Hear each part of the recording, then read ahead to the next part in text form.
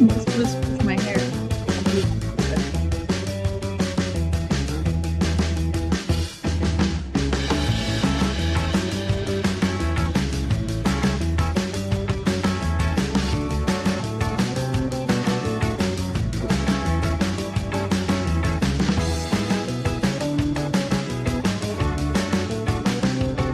Those things swinging.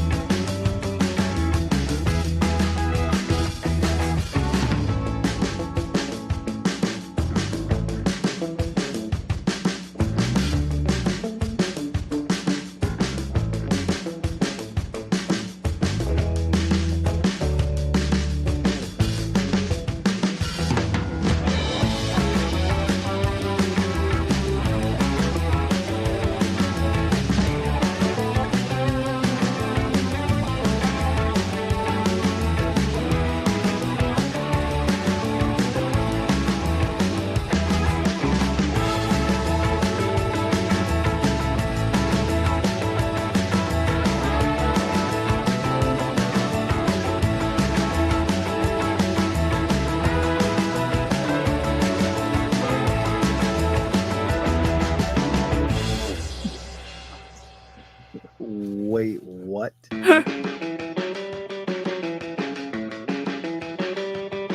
What the fuck, Jenny?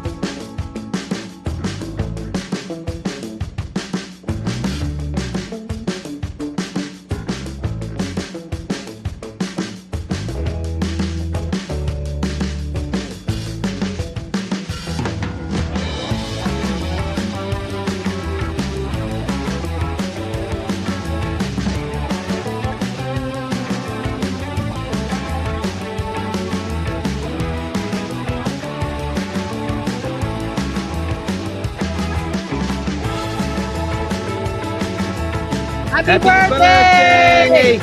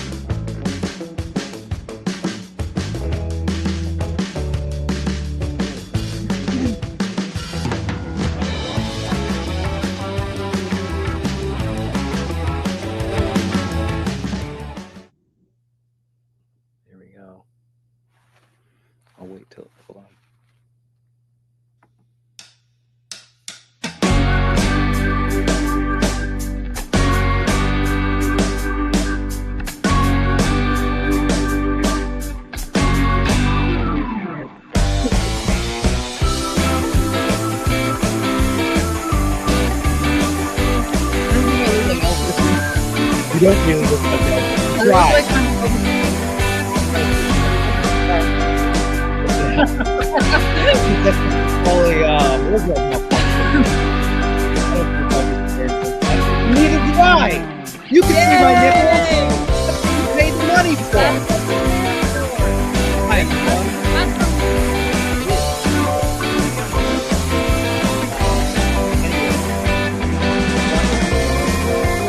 Anyway, we had to cut the park.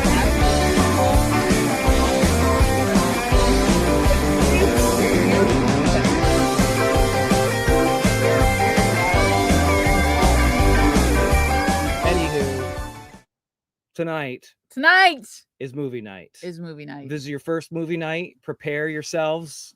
What we do is every once in a while, we've been doing it a little more recently because I've been cataloging old, rare, vintage paranormal VHS tapes, ones that you would order out of the back of like Fate magazine Mhm. back in the day, the Mhm. 40th Times.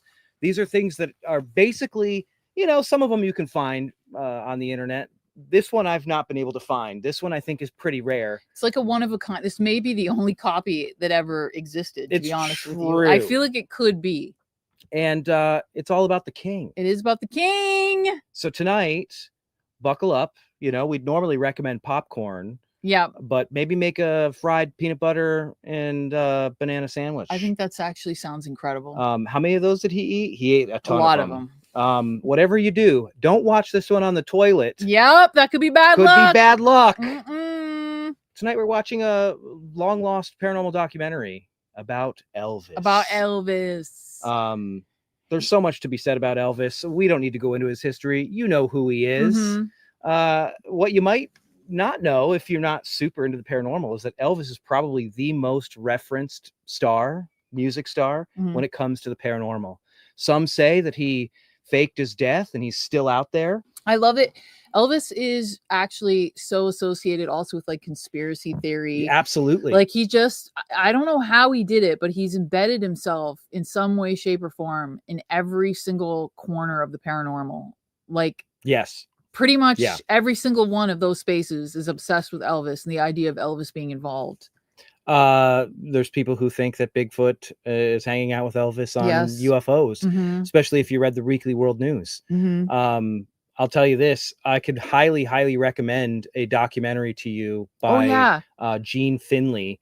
It's called Orion, the Man Who Would Be King. It's so good. It's kind of sad. It's pretty Great. awesome, though. It's a great documentary that came out 2015, I think. You also have a funny story about the director. I do.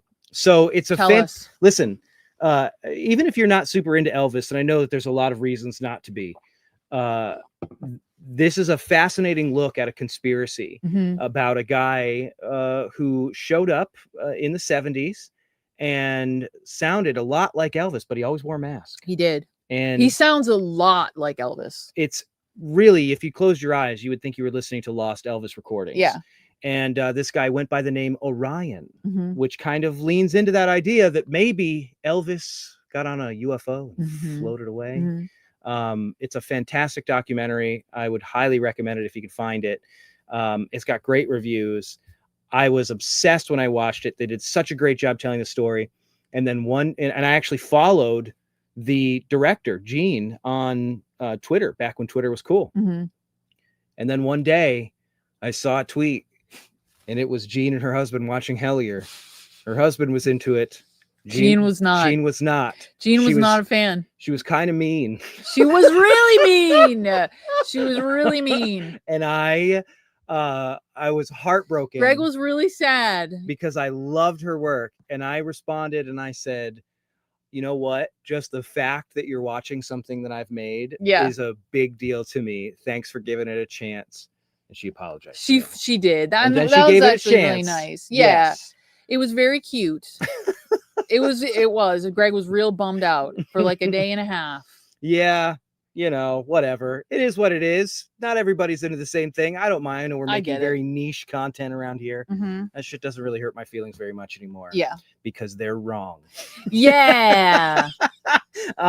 So tonight we're going to watch a movie all about Elvis. It's about one particular sighting of Elvis. Mhm. I've been talking about this for a while. I have not fully screened this, so I only have a rough idea of what it is. And I don't think this is going to chart the top of No. our movie nights, at I've least in terms of quality Mhm. of the documentary. Yeah, I feel like the themes of the documentary and the focus of the documentary is gonna be much more interesting than the actual documentary itself. Yes, yeah. And you know what? We're gonna have a very good time watching Yes, it, I either think. way. This is a ghost hunting documentary. It is, we're back to ghosts! A lot of people were trying to figure out, was it a conspiracy documentary? No, this is a straight up ghost documentary. This is a ghost hunting documentary about a sighting of Elvis. What And year again, was it? this was, I think this It was was like 2000? 2000, I Mhm. think was when this sighting I occurred. think so, yeah. Again, I've never seen this before. I've never seen this VHS anywhere before. I have no idea. Again, one of the things that we're always very careful about is we don't want to watch. Somebody asked last week, they're like, have you guys ever screened Ghost Watch? Mhm. Ghost Watch is a very, very popular film that's Yes. very easy to access. Yeah. The copyright on that has not been abandoned. Definitely not. Definitely people taking care of that. Yeah. We'll never watch that in a movie night because we'd have to license it. Yeah, we would. We try to stick to things that are just like independent documentaries that people oh, wouldn't stuff. have a chance to see because they're not available for sale. Yeah. We can give you commentary on it. Ghost Watch is fictional. It's hard to give like actual useful commentary on something like that. I would highly recommend you go watch it though. It's very like one fun. of the best Halloween documentaries you can. Hasn't really aged the greatest though. There's a few things in it, but because it's old. What if these movies have? Yeah, I don't know what the fuck is going to be in this one. That was going to make us suck our teeth. We always warn everybody ahead of time. A lot of these are older. They may contain things that are a little bit offensive. Yes, you never know what you're going to find. Just buckle up. This one's from like 2000. It is about Elvis, so I'm hoping that it's just sort of about Elvis. I don't think we'll get like music claimed because they wouldn't have put music in it. You'll see right at the very beginning. There's a big thing about how this has nothing to do with Elvis's estate. Yeah, it's not sanctioned. This was an independent documentary. It's just there's nowhere else you can watch it. So we'll try and give you some meaningful commentary about it. Maybe about some of the. It's going to be weird to watch a 2000s ghost hunting documentary. Yeah, I'm curious because has the ghost hunting world moved forward since then? I don't know. We're gonna see. We've been recording a special series for the Haunted Objects podcast, which comes back next month. You guys are gonna be so good. Obsessed. You're gonna love it so much. Some of the stuff that we're gonna talk about, I've never heard anyone talk about before. Some of the connections that we've been able to make between things. I think there's genuinely some stuff that's gonna blow your mind in it. But a lot of it has to do with old ghost hunting methods, and it's funny because I don't know if things have really progressed very much since the 90s. To be honest with you, we just have more gadgets now that don't do anything. You guys are gonna love these episodes, though. They're so freaking good. They're so good, and they're so interesting, and they're all about things that almost all of us are really well versed in. So it's going to give new context to a lot of stuff, and I'm really excited for you to see them. Yeah, I think you're going to be excited. Yes, it is next month confirmed. Yes. It'll be out before the tour. Yep. And it's going to give you a lot to think about. There's a lot of subject matter that you're probably never going to be able to see the same way again. It once will you see change this series. It's probably going to make a lot of ghost hunters mad, but hopefully not. I think that hopefully we'll all learn together. Yes, that's what I'm hoping. And we can continue to do better. You know what's funny though? Graceland is actually at the top of my dream places to. Oh my God. Can you imagine? Hunt. I would love it more than anything in the world. I would love it. I would be so fun. It's such I've never been to Graceland either, which is crazy because it's like everything that I love, and I would love to go, but my dream would be to go ghost hunt Graceland. I realize that would never ever happen, but I don't know. Never know. You never know, but I don't. Maybe the people who run it are Hellier fans. I mean, that would be incredible. Probably not. But Probably not. I can't really see that. I don't really see the connection. Sometimes I'm very surprised at people who turn out to be Hellier fans. That's true. Or even podcast fans. There's a lot of people who have noticed the podcast has been getting a lot more love lately. That is very true. It's funny. We keep calling it the Hellier effect. When we start to work on it, it seems to like ping people and people start to find it. And boy, oh boy, have we found some fun Hellier stuff. Are you going to show everyone what beverage you brought? Oh, sure. Because that's true. I should never say never, Hugo. You're right. We've been talking a lot about this, and we have the special Ale 8 Pawpaw. They have Pawpaw edition. We've been talking a ton about Pawpaw. This shit is so delicious, by the way. If you don't know what we're talking about, Connor's new house has a pawpaw tree, and he's essentially a pawpaw farmer. And we're kind of obsessed with just saying pawpaw. And it's too funny. The harvest won't happen till September, so we needed to know what it tasted like. And the closest we could get was in Ale 8. Oh my God! Sarah told Dana Ashbrook from Twin Peaks about Hellier, so there's that. Oh, that would be so crazy. Oh no, not rare Mountain Dew. You've changed. This is, you know what? Kentucky does something to a man. Kentucky or Mountain Dew. It is Kentucky. Mountain Dew is Kentucky Mountain Dew. It is, but it's Kentucky boutique Mountain Dew. It is. It kind of is. Ale 8s are great. Ale 8 is really awesome. If you've never had it before, I don't know if you can get it outside of this part of the Midwest. I know you can get it in like Ohio and Kentucky, Indiana. It's almost like a mix between a Mountain Dew and like a Canada Dry, kind of. Oh, Beal, really Beel's above asked, do they have this in diet? I'm in diabetic. I don't know. They don't, and it bummed me out because I only ever drink diet soda. And this was a special treat. This was a special one. They only have them in like 4-packs. But we were talking about Pawpaws so much that I've been having a sugar rush. They are delicious. For the last Kroger has it in Columbus. Days. Oh, there you go. There you go. If you're in Columbus, take a look. It's pronounced. Oh, it's pronounced a late one. Oh, yes, that's true. That's true. A late one. They make the one small, so I think it's supposed to be called Ale 8. But who cares? Whatever. It doesn't matter. It's a delicious drink. Late one, Ale 8. However you want to call it. I'm going to call it Ale 8 1. Pawpaw edition. Pawpaw edition, just to make you mad. Okay. I look like a car salesman. You do. You want to buy a car for me? Dana did not want to have the same kind of. No, Greg got the jumpsuit and then realized how low that was. I don't know why you didn't want to wear one of these. I mean, we could see your nipple hairs too. I would love that. It's very funny. I would love that for you. Connor is over. We just got done having a podcast meeting. And when he saw this, he goes, "Is that your bare chest?" He thought, and I went, "Yeah." And he goes, "Did you shave for this?" And I was like, "No, you don't understand. I don't grow hair anywhere on my body, except around my nipples. Little wreaths. That's it. I don't know what it is. That's a bit TMI, maybe. I'm just letting everyone. You've already had multiple nip slips. Your body's unique. Explore it. Look, they've already know what it's like. They've popped out a few times already, so I don't think anyone needs to worry that much. They've seen it already. Oh my God. Anyway. Oh, whoa. Someone says, my husband works for a very large publishing company. The coworkers down in Kentucky where they used to use an abandoned cave as long-term storage. Oh my God. Sorted through decades of first edition trashy novels. That is amazing. Can you imagine the vibes? I told him about Hellier. The vibes in that cave would have been real horny. That's true. Oh, everybody's asking for the fun dip photo. This is as close as you're getting right now. It's coming, you know. This is as close as you're getting right now. And I'm a little closer to the dead Elvis these days than I am to young Elvis. No, you're not. A little bit closer. Little wreaths. Everybody's laughing at little wreaths. Little wreaths. Little wreaths. Little wreaths. Little wreaths. Listen, I've done a shirtless. Yeah, like not that long ago. Yeah. You're fine with it. I'm fine with it. Yep. I love my body. I'd be naked all the time if it was socially acceptable. That's very true. Dana will tell you. I just walk around naked all the time.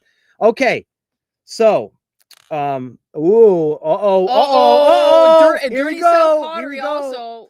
I live where Ale 8 is made. It's pronounced Ale 8. Nobody calls it a late one here. Okay, good. That makes me feel better because I was worried we looked like tourists in our own city. I was gonna say, I'm pretty sure it's. I would have been so embarrassed. Except it's Ale 8 1 Pawpaw edition. Pawpaw edition. We decided it already. Leave it to Dirty South. I trust the Dirty South, baby. I trust the Dirty South. Okay. I have no fucking idea what to expect from this. Neon Mixtape says, "Give us the sweatpants wizard photo again." That's a great. That's a callback. That's a bad one. That was your beard was like maniacal at that point. None of that stuff exists anymore. I still have that photo. You still have I have it somewhere. I deleted my Twitter. There's nothing on Twitter. I'll have to dig it up. Through all my Facebook. I just don't, in the new age of AI, and we can rant about this at the next fireside chat. I just don't think it's useful for anybody to have any of their public or their lives on public display. You want to just keep that Keep it private, just for you. You guys are the only ones who get to know me intimately anymore from this point forward. I'm not even joking. No, it's so much nicer this way. It's so much nicer. I feel so. I honestly, social media has given me so much anxiety, and I just feel a lot less anxious. Yes. So I feel pretty good about that. Mackenzie says, Greg, do you have Native American ancestry? The white hair and no body hair make you think so. Oh. No, I am a bag of flour, man. Mm-hmm. I got it's just all white people from Europe. That's pretty much it. I think I have like 0.01% sub-Saharan African in me. Mm-hmm. But I don't think that's enough for me to qualify. It's not really working very hard. Yeah, it's not working very hard at all. No. Yeah. It's mostly. I mean, look at me. I can't go out in the sun for more than a few hours. For a few minutes, actually. According to 23andMe, you're very, very, very Danish. Yeah, I am. I'm very Danish. There's a lot of like Irish and German. As you can tell by the fact that the skin color and the white jumpsuit are just about the same shade. Yeah. Not very far off. Yeah, Mona and Sheen are right. The melanin is bleached at this point. It's gone. Yeah. Sorry, it's gone. You got it all out of the system. That's why I'm just not very cool. Well, that's also true. Greg sneezes the moment that he steps outside. Oh my God! Yeah, see, everybody's talking about people. They're all nuking their social media and everything. I don't blame you guys. I don't want people that crawl. I don't want AI robots to imitate me on the internet. Oh. You know, it's funny. I was going to put Week and Weird back up. I'll give you guys some news. We used to run this great website that we updated all the time. It's called Week and Weird. And it was just all kinds of news articles about weird stuff that was going on. But more importantly, we wrote like really long, lengthy, cool articles about weird places you could visit, weird things to do, different theories about things. And the website went on the fritz. And it just started because it's old WordPress, so it just got hacked like constantly, and it was, you know, people couldn't go to it without getting like virus warnings and shit. So I took it down, and I was gonna redo it and put it back up, but in the age of AI, you were like, no way, I don't fucking want to do that. No. So what we're gonna do is we're just gonna take our coolest articles from it and just put them in the museum. Yeah, give them to you guys. We'll put them in the museum feed, and you guys can see them that way. So there's some of them are so good, and they're so the original articles that started Hellier there. Yeah. Wouldn't it be fun if we just like every month gave you guys a few of those? That'd be so fun. Yeah. Anyway, we'll start posting those here pretty soon. Yes, everyone you'll just have like the cool archive of all that stuff, and you'll be the only ones who can see it. You're our safety place where we come and we talk, and I don't have to go on Instagram and be afraid. You know what I mean? I mean, talk about social media. That's true. Social media sucks. It does. You need the detailed entry on the Estes method to be able to refer to. You know what? You might get something even fucking better pretty soon. It's very exciting. Oh yeah. OG. I deleted my 23. I know. How do you do it? I'm scared. We should do that too. You could publish them into a book, like a collection of essays. Here's the thing. I don't think I would, because my views have changed quite a bit since a lot of that. Yeah, they might be interesting to post, and then we can have discussions about them. We could have discussions. You know what I mean? Them. Like, absolutely, it's a cool snapshot, a piece of time, a little sliver of time that we can look back on and go, "Wow, that is delicious." Let me taste this again. It is so good. I don't understand. It's so tropical. Maybe it's because I never drink real sugar, but that is probably also it does taste delicious. And this is made with like cane sugar, so it's not crap. God, sugar is so good. It's so good. Oh. Sugar is truly my biggest vice. I could eat a pound. I could probably eat 10 pounds. A 1 pound bag of Sour Patch Kids, no problem. I can eat no problem. Your tongue would probably have a problem with that. I wouldn't even care, because I'd fight through it, because I'm so obsessed with sugar. Movie and article night. Ooh, well, here's the thing. That's very fun. Actually, a lot of people have been asking for book club back, and I'm hearing you. Trust me, I've heard you. You might get something better than book club. You will very soon. We're working on more stuff. Like I said, now that Connor's here, Connor's literally upstairs right now. He's working on stuff upstairs. He's hanging out with Gordon, and he's working upstairs. You guys are going to get so much cool shit. We have so much stuff in the works that it was just impossible for the two of us to do by ourselves. So you're going to get so much cool shit. You're going to learn so much about everything. Yay, we're learning so much. We're learning so much. The podcast episodes that we're working on right now are so funny, because it gives us an opportunity to go back in our history and show you embarrassing things we used to believe. They are very humbling. I'll put it that way. It is very humbling. Feeling very humbled, happy about that. Look at this, Jason, the best Discord dude we could possibly have. Jason! There's a book channel on Discord where people have been chatting a lot. Lord there you go. Jason, join the Discord, please. Jason is Lord of the Discord. He needs that official title, I believe. Lord of the Discord. And again, I promise we're gonna start hanging out in the Discord. Yep. We have ideas for it. We'll coordinate with Jason soon. We're just trying to get through all the backlog of stuff that we've had while we waited for Connor to get out here. But we'll start having Discord nights soon, or we just come and hang out in the Discord. We'll have mixers. I had really a lot of fun the first time we did that. We'll start using it more. I really, really do. On the subject of social media, I really do want to encourage everyone to spend more time in the Discord. Yep. The Facebook group is not going to be moderated. It's just Meta is trash. It's such a horrible I don't want to support place. it. No. It keeps trying to push an AI thing in there, and I have very strong opinions on it, and I don't think it's good. Go to the Discord. Go to the Discord. I know not everybody likes it, but I promise you'll have a much better time there than you would in the Facebook group. You will. Okay. We need a disc. Shelly says we need a Discord lesson. That's a great idea. You know what? Before we'll figure something out. We should do a night where we because here's the thing. I also need a Discord lesson. Sure. It's no lie. Like I need to figure out how to use it also. Yes. So teach me, and then we can all learn together. Great idea. Yeah, there we go. Jason can do a live night and teach all us old folks how to use Discord. I love that. Jason, will you do a night where you teach us how to use Discord? Here's the thing. One of the coolest things that Jason has done with the Discord is there's all kinds of neat like functions that are there. I think Jason has a bot that's there. It'd be great to have like something people could refer to. Yes. Where they're, Jason's walking our dumb asses through how to use this Teach us old people how to use Discord, Jason. Yes. Or as we should call him, Lord of the Discord. Here is all the Facebook old stuff over at Discord. All of that is saved in the archives now. You don't have to use there's nothing hosted on the Facebook page anymore. There's nothing there that you're not going to be able to find in the actual archives. Yep. And those, like all the old live streams. It's so much easier to use. It's so much easier to get through. Exactly. But the Facebook group is sunset. I'll pop in once in a while and approve posts in there, but it's not going to happen very often because I don't use Facebook anymore.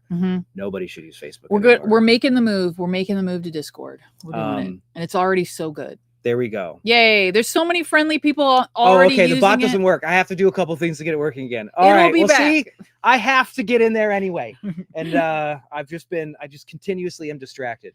Everyone's very amazed that I got my hair in the wig. It's actually tucked in the back. See it? Oh, I can see a little bit there. Yeah. It's my brain is being squeezed. I mean, listen, I'm kind of surprised I got all my chest hair in my costume. It's amazing. It's incredible. Okay. Are we ready? Yes. All right. Yes. We got to put our headphones on. It's gonna make my hair squished. We'll do live commentary if that's what you'd like. Yes. We'll keep ourselves muted unless we have something to say because we don't know how the audio is going to be in this. These are old VHS rips. So you never know. And again, I want to give you one last warning. I've not fully screened this. This is from the year 2000. We don't know. I don't know it could be how well it's aged or not. We have to take these things within the time period that they were produced. 2000s were not great. People are asking for runtime. This is a short one. It's a short one. I think compared to last month, which was an hour and a half long. This isn't going to be a full. I think this is like 40 minutes. Okay, so it's like we're looking at Rod's. And I'll be honest with you. I think they're really stretching for that 40 minutes because I scrubbed through and I'm pretty sure I saw the evidence. Yeah. I'm so excited about it. I don't think it's very compelling, but we'll see what you think. It's going to be rods about a length of a rod or rods. Okay. Can you see? All right. If you're curious about how to join the Patreon, every single schedule we ever release has links at the bottom that have the FAQ, that have how-tos, all that. You mean the stuff. Discord, not the Patreon. Or the Discord. Yeah. Sorry. They're in the Patreon. Yeah. Every just go back to the latest schedule, go all the way to the bottom. There's always an FAQ. Any question you've ever had about anything is probably answered the FAQ. In there. Your nips do keep popping. They do. Out. I'm very sorry. Nips are popping over Cripes. here. Rods are popping. 2000. That was only 5 years ago, right? Ugh. No, I was in I was in high school in 2000. I just graduated from high school. And do you know what else Epstein's playing. I was really into leather pants at that in 2000. I think everybody was kind of into leather pants. Were they? It was the influence of Buffy. They weren't real leather pants. They were pleather pants. Oh, that's right. They were pleather. Dana, actually, you've been like a vegetarian/vegan basically your whole life. Yes. Well, also, real leather pants are so expensive. Don't they sweat real bad? Yeah. Too? Oof. Okay. All right. Here we go. Lucy turned 4 in 2000. Jeez. Oh my gosh. My God. Well. Bootcut pants. Oh man. Bootcut pants are back. Are they back? They're back. Kids are wearing them again. Are they bringing them back? They are. Oh man. All right. All right. Let me pull this fucking thing on screen. Okay. Here we go. It is called. I think it's called A Sighting at Graceland: Encounter with the King. I'm pretty sure that's the title. Where are you at? Hugo was 1 in 2000. Oh you guys, God, you guys, making me feel real old. Sighting at Graceland: A Call from the King. A call? So wait, maybe there's an EVP in this. Maybe. I know that there's some scientists allegedly. This is gonna be. All right, we've got it picture in picture. Okay. I know people generally like us to stay on camera. Yep, we'll stay on camera. I'll keep it muted unless we have something to add. Maybe I'll keep throwing people's stuff. Yeah, we'll throw some comments on screen. And Pam was 42 in 2000. Okay, good. That makes me feel better. Ray, you were 36 in 2000. I love how Ray, I've met you. There's no fucking way. Do you know what is amazing though? There are people of all ages that are part of the museum. Isn't that a cool thing? It is cool. There's like so many. We're all different. It's so wonderful. It makes me really happy. Keelan, I'm a little late. Why are we being hosted by 2 Elvis? Keelan, catch up. We're watching a movie about Elvis. We're watching a movie about Elvis. Yeah. All right, here we go. Everybody take a deep breath because this one I have a feeling is going to be rough. Like boring, rough, you mean? No, like I think very very hard to take seriously. Oh, I see. Okay. I think it's going to be. I really think they're making a mountain out of a molehill with this one, but I could be wrong. Again, I haven't screened the whole thing. Just you don't know. We don't know. This could be like the most amazing Elvis footage of all time. There's only one. I'm just hoping there's no Elvis music that we get in trouble for. Put on your blue suede shoes. Put on your hound dogs. Let out your hound dogs. Let out your hound dogs, or what the fuck ever. Because tonight we're watching Sightings at Great.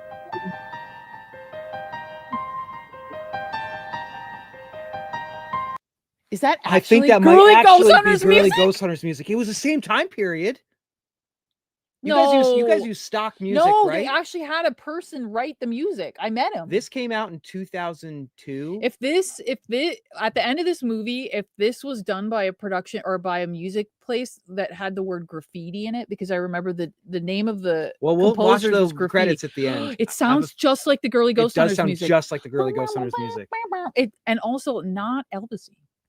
No, not at all. Well, here's the thing. You'll tell right away. This is an independent production of Ronster Enterprises. Ronster. I think the guy's name is Ron. Oh, I love the Ronster. So I think it's Ronster Enterprises, not authorized or endorsed or affiliated in any manner with Elvis Presley Enterprises or the estate of Elvis Presley. All right, fair enough. So I think we'll get no Elvis music and probably nothing official about this at all. All right. I mean, that's fine. Is it? Just, here we go. This does sound like Girly Ghost Hunters music, though.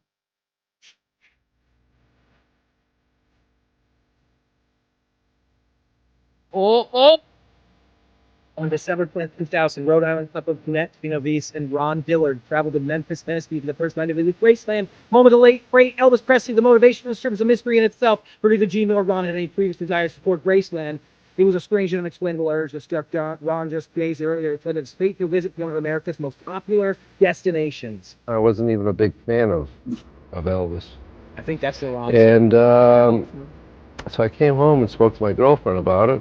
He just said, I want to go to Graceland. I'm like, why would you want to go to Graceland? It's like, What did he say? because I just want to go. I have this urge to go. This was the most fired up I've seen him about anything, and it just seemed to progress with him. Can't believe I put myself in this position to be down here. And Wait, pause for it. whatever reason, I was. He seems like he's mad about. He's like, I hate. Like, why am I going to Graceland? I think this is his documentary. Which, by the way, the best part was. Can you tell he's from Rhode Island? I know. Can I tell you something? The New England accent is my favorite. It's one of my great. all time. The first time as a Canadian, New Englanders, you have the most magical accent I've ever heard. And the first time I heard it in real life as a Canadian, I could not believe what I was hearing. I thought I was like, this is like I'm in a movie right now. How is this real? Feels like the start of Hell here. I mean, maybe. I can't believe we're doing this. Can I tell you guys while we have a quick second, one of the funniest things about watching comments? Oh, I love it. Watching comments or watching these old documentaries with Carl, it makes him self-conscious about the projects that we're working on. I get it. I totally understand it, but like I love watching this cringe. stuff. Yeah. I here's the thing. I'm not saying this is going to be cringe. No. I don't want to make fun of anybody. I don't want anybody to hurt anybody's feelings. No. I haven't seen it yet. Different people interpret things different ways. Maybe Ron's a big fan of Hellier. If Ron was, and you could do what I could do what Gene did to me with Orion. Do that. So I don't want to do that. Yeah. I'm just saying. That's true. What? It is funny. It is funny that Carl doesn't like watching old paranormal documentaries with us. It's a very funny thing because something that I realized when the first season of Hellier came out, I immediately stopped making posts about things I didn't like on the internet. Isn't it funny? Because of my feelings does that too. Yeah, yes. I'd be like, oh, like now I'm much better at it and I can handle like people hating something that we make. That's totally fine. But at the time I realized, oh, when you make something that you really love and you put out into the world and then someone is really mean about it, it hurts. So like I never do that anymore. No, I don't want to hurt anybody's feelings. So yeah, anything that I have to say about this is purely based on the evidence. Yes. All right. That's good. Are we ready? Yeah. Let's see what else Ron has to say about Graceland. Ronster. Determined to go, and I had no reason. So Ron was possessed with no understanding why I wanted to be there, but it was some reason I had to be there. Otherworldly desire. Oh hell yeah! Christmas time. Whoa! Oh my! It's just looked like a Abbas. It's a. Wait, guy's got a mic. It's a phenomenal tape. You know that's actually unbelievable, really. It's a phenomenon, really. You've got more activity than you guys think you have there. Whew. Pardon me. And it almost looks like he's singing, you know. Ooh. Oh my God, I'm actually excited about that. Is awesome. Are they hyping it up too much? Sighting at Graceland, a call from the king. From the king. It was Christmas time at Graceland, December 2000. So cool. The king of rock and roll, Elvis Presley, may have passed away more than 23 years earlier, but thousands of adoring fans continue to pour through his Memphis mansion. This particular night, December 11, 2000, Jeanette Genovese and Ron Dillard of Cranston, Rhode Island were among the Elvis faithful taking a tour. I took some video around the grave, and it was a magical experience. There was only my girlfriend and I, and there was one other gentleman that was walking by, and at that point I felt it was how could they not be? Very calm and relaxed, and then I did notice one strange event during that was that I turned around and I said, it's cloudy and rainy all day. Turned around when I was filming, on the film I believe it's on there, I looked up and the moon came out. Whoa. And wait a second. I thought it was too, Haley. I thought it was too. Has Haley uncovered a conspiracy already? I thought it was too. Well, so here's the thing. You think that if you go back to the beginning in the interview, it's the Ronster. You hear another person's voice. He pitched his voice down. Can we go back for a second? No, there'll be more. I hope let's keep our ears open for the narrator. Okay. You think it's Ron? I think it is. That's amazing. I think it might Listen, sometimes you got to do what you got to do. You're making an independent film. Whatever you got to do. It was, directly above the grave.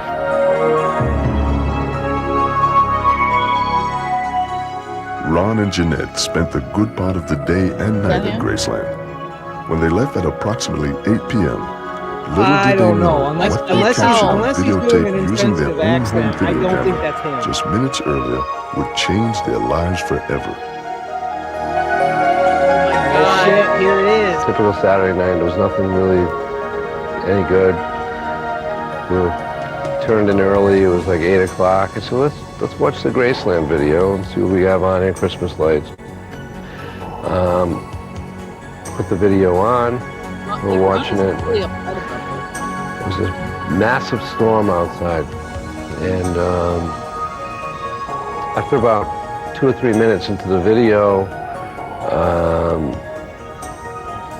maybe a little longer, 10 minutes maybe into the video, there was, my girlfriend noticed something, and she said, I never noticed Elvis's face on this grave. That's it. I'm not watching it again. It was very freaky, but it's definitely there. I said, what are you talking about? Reminds me of my I mom. stopped the tape My mom would say and the same replayed thing. it, I'm not and as I watching it replayed again. it, the power went off in the house. I'm not watching it again. It was very freaky.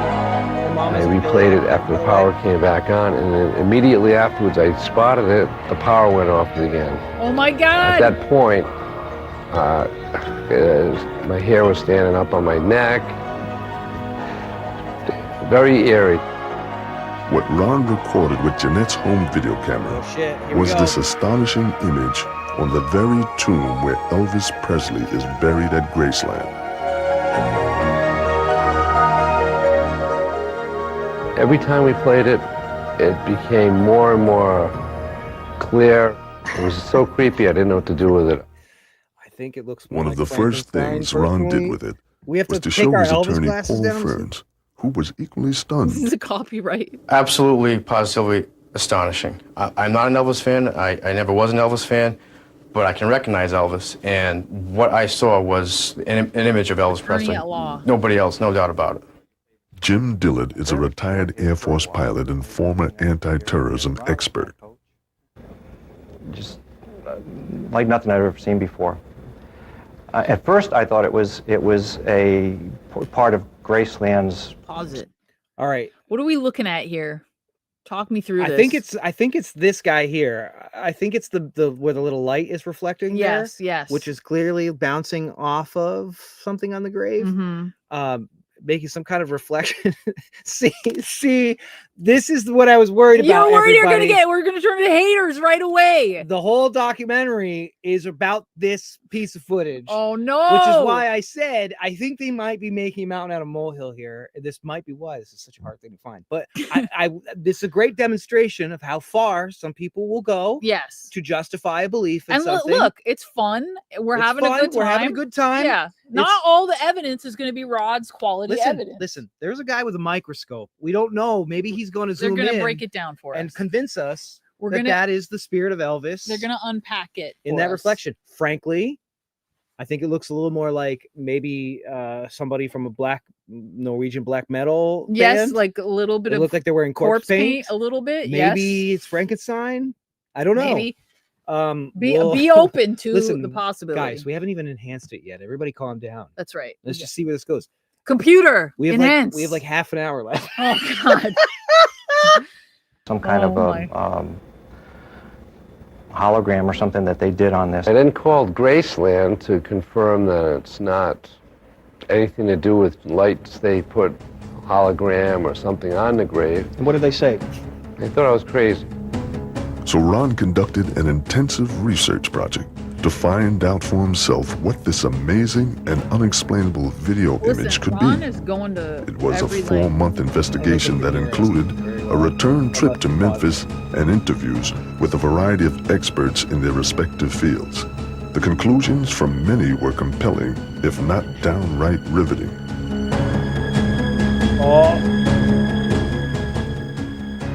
I mean, okay, I see what they're looking at. I see it now. I see it now. I don't see it at all. And well-known seer, even world-renowned forensic scientist Dr. Henry Lee, were intrigued and anxious to evaluate the amazing video and photos taken at Elvis's burial site.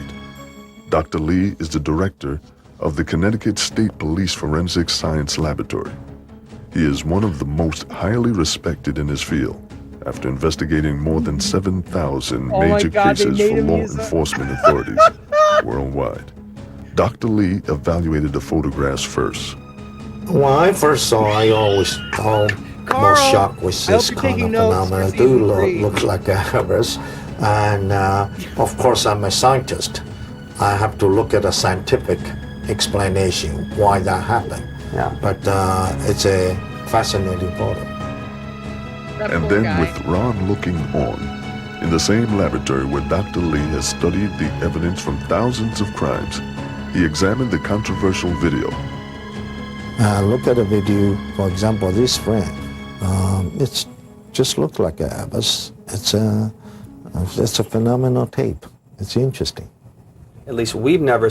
Let me just say, if this is true, if somebody can look up Dr. Lee, Yeah. and you have seen him on true crime shows, That would be the most incredible thing. maybe don't watch those crime shows anymore. Oh, come on. Maybe, I'm just saying, maybe we're missing some context here. I cannot stop thinking about the oversized magnifying glass. That The was my oversized favorite. magnifying glass is It amazing. is one of the best things I've ever Oh, seen. and the zoom transition in, into the zoom it, in was so perfect. insane. It I was love it. perfect. Wait a second. That's not true. That's not true. He wasn't. He's on Forensic Files. He is not. He was on Forensic Files. Forensic Files. Yes. You're kidding me. He was on Forensic Files. This and is they have incredible. him looking at this. I mean, there's a part, I don't know if you noticed the part where they're like, and with Ron looking on, like Ron was breathing down his neck. Ron was like right up behind him. Like the pressure to be like, he's probably feeling a lot of pressure. Oh my God, that's incredible. Minka's killing me tonight. Get out the Dr. Dreadful lab. We have Elvis pics to verify. We do. We need to get that. I do probably have an oversized magnifying glass somewhere. Okay, well let's see. Look, what else is going on. There's other experts. I'm comforted by the fact that we already have a forensic files expert in the house. All right, I'm good with that. Here we go. Let's see who else is in here. Okay. Seen anything like this? Have you ever heard of seen it or anything like this? No, I did not. As I say, in my career, I see a lot of interesting phenomena. This is considered one of the top one, too. Could this be the result of some type of high-tech video special effects?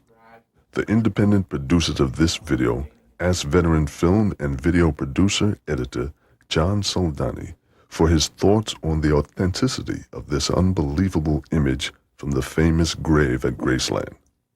What are the odds or chances that that video has been changed or doctored in any way? Pinky ring. I would say very slim, given the origination of it. And what I mean is the mastering of. Stop it! I cannot believe this. Incredible. No way. Dr. Lee worked on the OJ case and the JonBenet Ramsey case.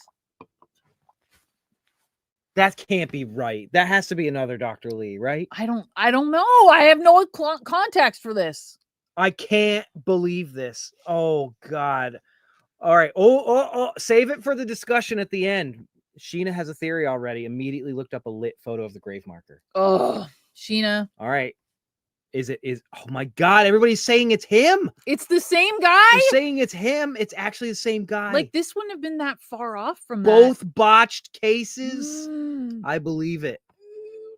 No. Are we cracking a case, like a real forensic files case right now? Is this? They should have shown this in the court. No, is this now a real forensic files case? This should have been shown by the defense. We're probably. solving a crime right now. Well, in these Elvis costumes.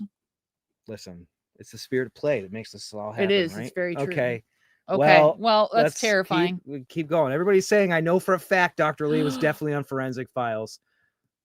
I can't fucking believe this. Get him for Phenomenicon, Andy says. We have to get him to a class about forensics. I mean, it would be incredible. That would be amazing. Mm-hmm. Maybe we could, but we'd have to have a disclaimer. We would. Of it and what it was shot on, which is obviously home video kind of a style equipment, and the look overall of it, I would say the chances are very slim that it's been doctored or manipulated. And really, frame by frame, it would be very, very difficult, again, Who is this guy? with it, the source of the material that they would actually be able to paint frame by frame and have it animate as it does, as the face kind of turns and does a 360 from right to left. Stop it, you guys! Meanwhile, This is literally... Dr. Lee was present for the dead Bigfoot body hoax? This is the most incredible... Are you talking about the Tom Biscardi one that we literally reference in The Bigfoot Hunter Still Searching? Oh my God, this is a very weird moment, wait, honestly. we're tied somewhere in the... We're in the tendrils the of this. threads of time that have the weavings of fate have us somewhere tangled in with all of this nonsense. Okay, I love it though. All right, let's keep going. Ron continued to seek out explanations from professionals in their respective fields. Oh no, he's making things up. The coincidences continued as well. See, if we took that what you said seriously, we would have made an entire documentary about it. We and would have. We would have proven our own point here. Okay. So you do Ted Silverhand. Okay. When Ron went to Tuscarora Indian, Ted Silverhand, for a psychic reading, he found out that Ted has read for many celebrities, including Cher, Shirley MacLaine, and Elvis Presley. Yes, Silverhand was Presley's personal seer. This area, this is your stress. I have talked to him at different times. I need to go on record right now, just to be safe, to say I can't vouch for any of these claims about Dr. Lee being involved in every botched legal case of all time. It's just a joke.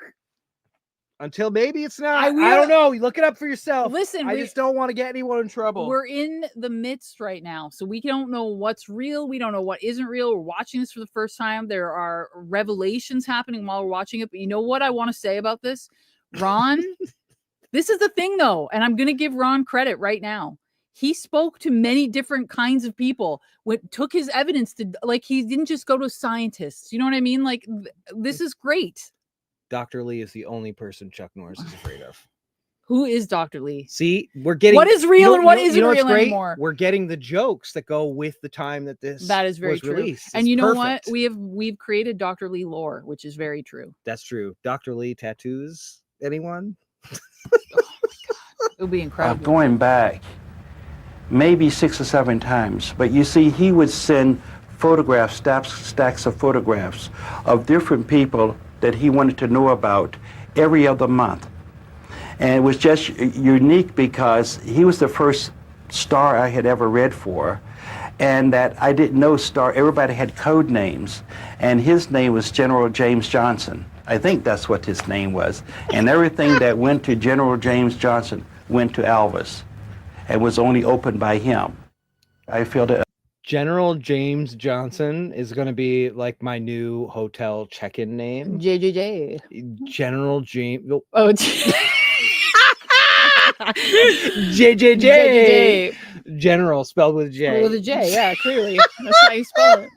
Listen, it felt right, okay? It felt right. Killing. Oh my God. What is your code name? Dr. Lee was in Majestic 12. Dr. Lee was in the latest Marvel film. The latest Marvel. Apparently, Dr. Lee is still around. He's like 86. Is he? Oh yeah. We're creating this Dr. Lee lore, which is incredible. Oh my goodness. This is, I think Carl's right. This is the greatest live comment thread we've ever had. Listen, you said you weren't sure, but I feel like That's what I said. This is giving us way more than Rod's gave us. I said, it might not be in like our top 5 ever documentaries screened. Yeah. But I think the comments are going to bring it. The comments are bringing it to the great place. That's the thing. Oh boy. Okay. Yeah, Dr. Lee did the Roswell autopsies. Dr. Lee invented new Coke. That's how Dr. Lee was on the grassy knoll. Oh, Dr. Lee. Dr. Lee. All right. Dr. Lee. Dr. Lee can come to a live stream, but only if he does the entire thing through a gigantic. He has to be looking through the magnifying glass. Yeah. The whole time. Elvis brought him here, led him here. And so when Ron walked in for the read-in and he says, I have something that I want to show you, but I can't believe it myself. And I said, you try me. And he says, but it has to do with Elvis. Well, as soon as I saw his pinky ring, because Elvis used to wear a ring just like Ron had on, with a diamond horseshoe, the gold ring. And when I saw the gold ring, it brought back memories, and I was trying to figure out how did he get that ring on his pinky. Oh my God. Silverhand has become Dr. Lee well Harvey known Oswald. across North Oh, that's America so for his good. keen sense of perception and intuition. Since the beginning of his psychic career 30 years ago, all of his readings have been conducted on a spiritual level. It's a native tradition, All right. much the same. I know I keep pausing this, but is this real? I can't tell. I can't You tell guys- if you guys are playing a You game guys are with me messing right with now. us so bad right now. On Wikipedia, It's it says 'cause- that Dr. Lee helped with the reinvestigation of the JFK case. If that's Is that true, for real? you know what we're gonna find after You're this? gaslighting me. Everybody's gaslighting us right now because we can't tell because we're doing the live stream, so we can't. But it's okay. See, now what I'm doing is That I'm, is I'm- real? I'm going through and I'm going like, all right, who's telling the truth or not? And some of these, the best ones are the Dr. ones that I don't know if they're real or not. Dr. Lee was on Ghost Adventures. I would believe Dr. I Lee would was actually. on. He was on this. Of course, he 100%. could have been on Ghost Adventures. 100%. Dr. Lee is Michael Darkness. Dr. Lee was DB Cooper. That I could listen. I like that one too. I think that one is what I hope Oh my is God. true. We've apparently Neon Mixtape is telling the truth. Oh my God. I believe you. Dr. Lee. Oh, goodness. All right. Well, Dr. Lee. Dr. Lee is Terry Wrist. Dr. Lee is Terry Wrist. That would be great. Just involved in all of these weird little things. Dr. Lee is like the real smoking man. Dr. Lee spelled backwards is Terry Wrist. Is that true? Is that true, you guys? Is that real? No. General John James JJJ. As Indian JJJ. seers have done since the beginning. General John James. Of course, he had great interest in seeing the mysterious image from the grave of his former friend and client, Elvis Presley. Oh my. Great You know, shot. that's That was a good definitely a shot. spirit. The TV reflected. I love He just that. doesn't want to be forgotten. Silverhand was surprised, if not shocked, by what he saw on the now famous tape. His chilling explanation provided a new perspective on the mysterious image. But this is the first time I've seen this on the outside. I've seen spirits on the inside comes through, and it's the real McCoy. And just to see his eyes moving, his mouth moving, see the weight, like Solved. Dr. Lee equals proof. Uh-huh. That could go both ways because you could really interpret that as in like this guy's going to give you proof for anything you want. Yeah, like I'll give you proof, whatever you need. That is actually see the cipher's real, It's man. always the working. cipher is always working. he was in the old days before he crossed over. It's eerie to a degree to see the spirit of Elvis actually moving. He just doesn't want to be forgotten. And as my friend Gloria Monger said once, that the person's chart continues to move, to grow. In other words, because you pass over, your chart doesn't stop. It continues, and every so often you will get celebrities returning back at different times. It's just one of those things, and so I'm not surprised. I think that Ron, what he has is a very exciting thing. I'm very thrilled for him, but I'm also thrilled for Elvis fans everywhere because I think they've been waiting and hoping for some sort of sign that maybe Elvis is still with us. His body is there, but his spirit is dwells within that house because he still haunts. Because when you go into spirit world, you come back to the areas of where you lived, and you haunt those areas. The bones we know are in the ground, but his spirit is there at Graceland, and so is his mother's spirit, and his father's, and his grandmother's. Paul Eno has been an investigator of paranormal phenomena for the past 30 years. Oh my God, is this who I think He's it an is? author Oh, and it former is! editor. This guy is still active. This guy's been on a ton. He has a radio show with his son. Yeah. Like this guy's actually been on a ton of stuff. So he's still investigating the paranormal is what you're saying. This guy is a real actual ghost hunter who's still around. Paul Eno. Faces at the Window is an awesome book name. Oh Connor, there's your circle. There it is. Connor, it's not red, but there is a circle there. This guy is still going. All right, let's go. Let's see what Mr. Eno has to say about this. I'm excited. What do you think? Is he going to confirm it or He's deny it? Definitely gonna. I don't think the Ronster would leave it in if it wasn't going to. I think it's definitely being confirmed. Yeah, I think so. I think we can assume that we're going to get confirmation here. Someone read that as feces at the window. Feces at the window. JJJ. There we go. His latest book is called Faces at the Window. He carefully examined photos and watched the video several times. His conclusions? It's possible that this is a face, of whom I don't know, but very often it could be the person who was entombed there, not because it's their ghost, I don't think, but because it's some sort of time displacement, and when you have a lot of attention being focused on a particular individual such as Elvis Presley, it is possible to have some sort of manifestation take place, even if it's not his quote-unquote ghost. We've got Paul coming Pat in here with Morgan a is little another more authority nuanced on the opinion. paranormal. She has taught parapsychology in adult education courses since 1981. Jesus. She's an author and born psychic. There isn't one scientist in the world who's out to tell me how come I can see things that other people can't see, and I could see them from childhood. Pat tapped that unique talent to see much more than any of the others. She was equally the patented Pat Tap.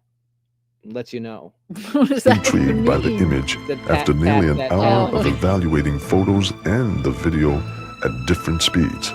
She offered an interesting, if not unbelievable, opinion. That something else is moving up there. By the way, yes, we should point out that gigantic old school projection TV. Is that what that is? I was going to say that TV is for 2000. That TV, like all the other TVs we've seen in this, are like the normal TV that you had in 2000. What is this? I was just going to say, yeah, Dr. Lee is the 1 out of 10 doctors that disagree. A projection TV? How does that even work? Well, I mean, how do you think it works? I'm assuming it's with projections. That's probably how it works. How much do you think that TV weighs? Probably like 400 pounds. Yeah, dude. And these things were so they were so apt for screen burn-in. Yes. Like you could not leave something paused, or it would be stuck there forever. So Nicole's dad had a TV like this, and we accidentally left the Scary Movie DVD in the thing. Oh no, did it have, and it was burned that into ghost the TV face? Forever. Like to this day, if they still have that TV, it would be on there. It would be burned into it. You remember when people? But here's the thing, though. Do you remember when people would build those things into the walls of their house? Oh, dude, yeah, you still find them sometimes. And so, like, you would have literally a cutout in the wall of your house. Jason nailed it. It's a much smaller TV with a huge magnifying glass. So it's our second giant magnifying glass in this film. What is going on right now? We're actually squeezing a lot of stuff out of this movie. This is a content for something that's like a 40-minute machine documentary about 2 seconds of footage. Yeah, but look, I still can't see it. I don't know what I'm supposed to be looking at. I saw Mary say that earlier. I can't see what's going on. I haven't really seen it either. Listen, Connor's right. I really do believe we this need would a have red benefited circle. from more, like at least one red circle. At least one. Maybe they're saving the money shot for the end. I They hope just so. they're going to zoom right in and show it to us. What I need is I need a tracing of what I'm supposed to be seeing over top of the picture. We're gonna make this movie 3 hours long. It's the last thing we do. I know. My mom didn't want me playing Nintendo on our TV. She thought the image would be burned to the screen permanently. It happened. It happened to Nicole Dobie's dad's television. Yeah, the And we TVs got in a came lot with of every trouble. suburban household in the nice because nobody wanted to move them. Yep. Oh my God, they're so heavy. True. All right, well, All right, let's keep going. At the same time, this is moving. Interesting. Oh, you got more activity going on. Computer. Than you think there is there. in hand. They're never going to zoom in on this fucking He saw face. something, and I see it going up the stairs now. Okay. Wait, what? It's going up the stairs? I think that's just a psychic impression. Oh, yeah. On the picture, I probably would have said, "Look, there it goes," and I probably would have followed it with my eyes, and I probably would have got a form out of it just by opening up and letting it come in. Yet Jeanette was standing next to Ron and she saw... Nothing. Jeanette! I am not a ghost person. Jeanette, you're really or dropping the ball in this documentary.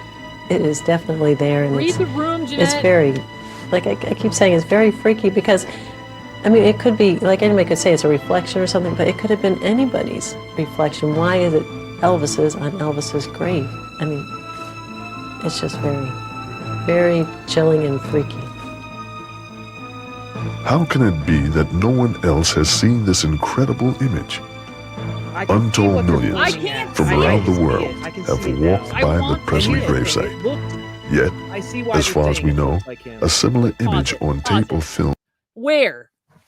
Look. See, that's his. Actually, now I see a kitty cat. Where? It's supposed to look like a side profile of Elvis. There's his nose. There's the eye. There's his lips, and he's supposed to look like he's singing. You see it now? I see it now. Right? I saw it for a second, and But now then, I see the cat. now all of a sudden I see a kitty cat. You see the kitty the cat? now? Yeah. But hold on.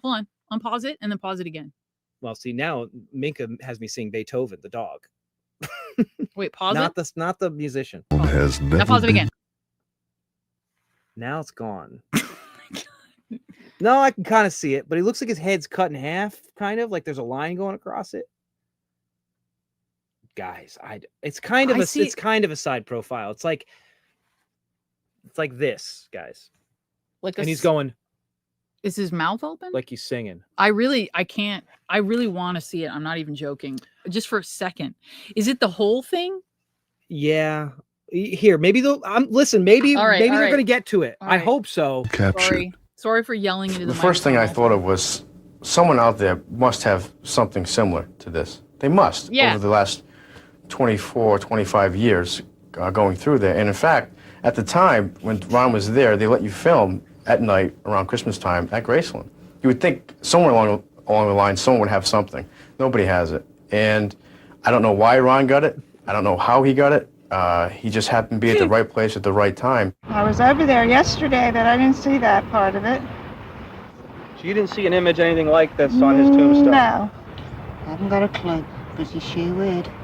Now, when you saw the tombstone, did you see any image like this on the tombstone? No, there's nothing like that.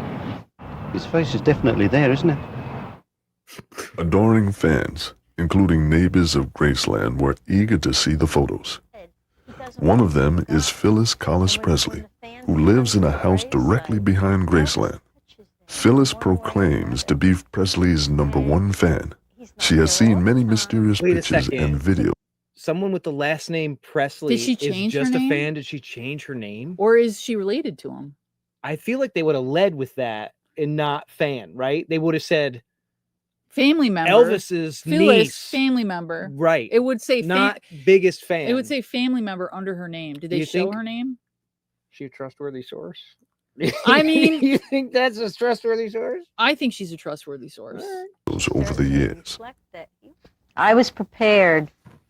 I didn't want to see these because I wanted to be surprised, and I was totally prepared to see the same stuff that I've seen, you know. A lot of the fans will come and they'll send me pictures. Move us off the screen. I need to see what that says. Can you put us in a different position? Lives behind Graceland. I'm sorry. This is my favorite movie. Period. This is my favorite movie that we've ever.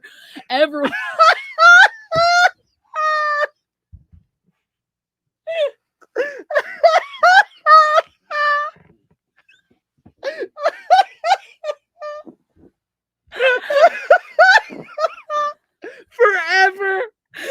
That's not. Okay,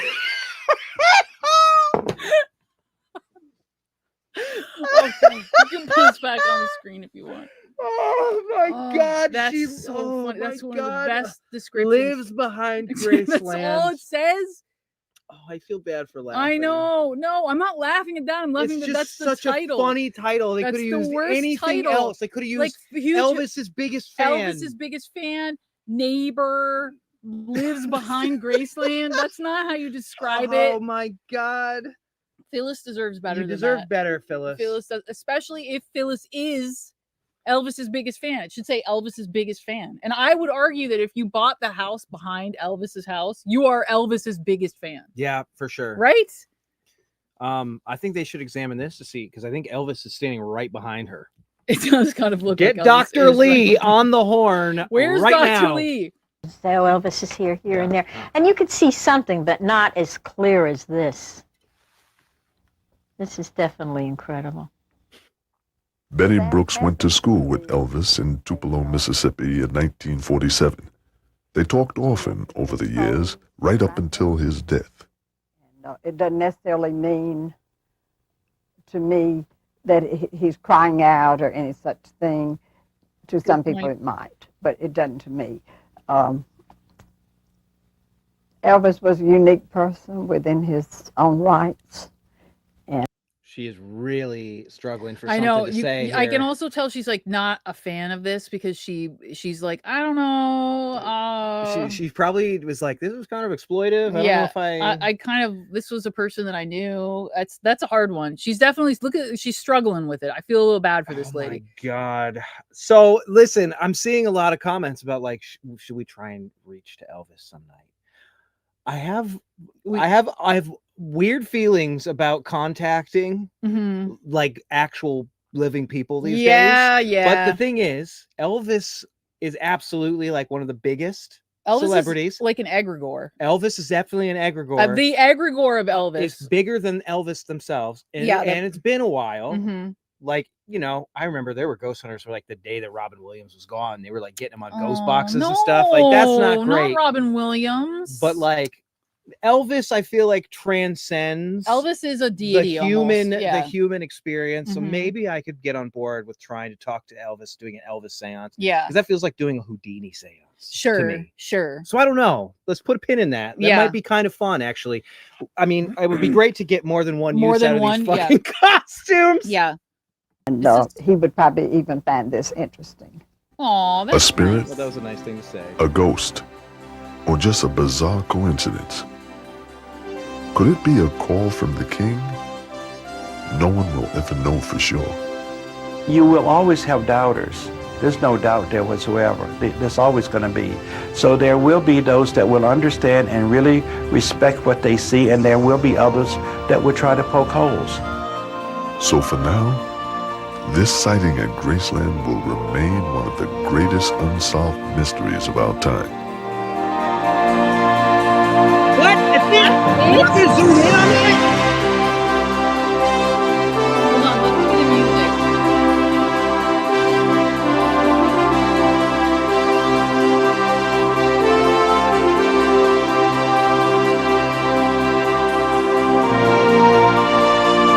Hey, I'm Joe Rocco.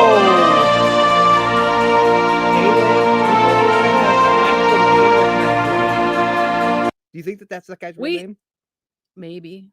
That'd be guy, I really feel bad for his high school experience. I want to see the music.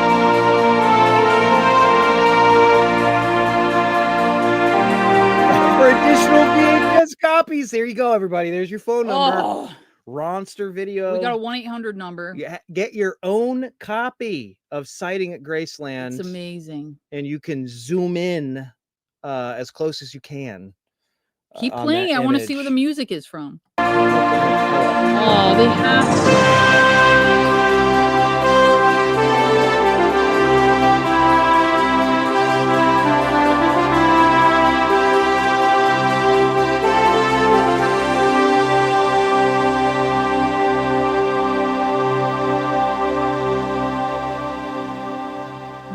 No. Oh, now they're closing in on it. See, can you see it a little bit better now?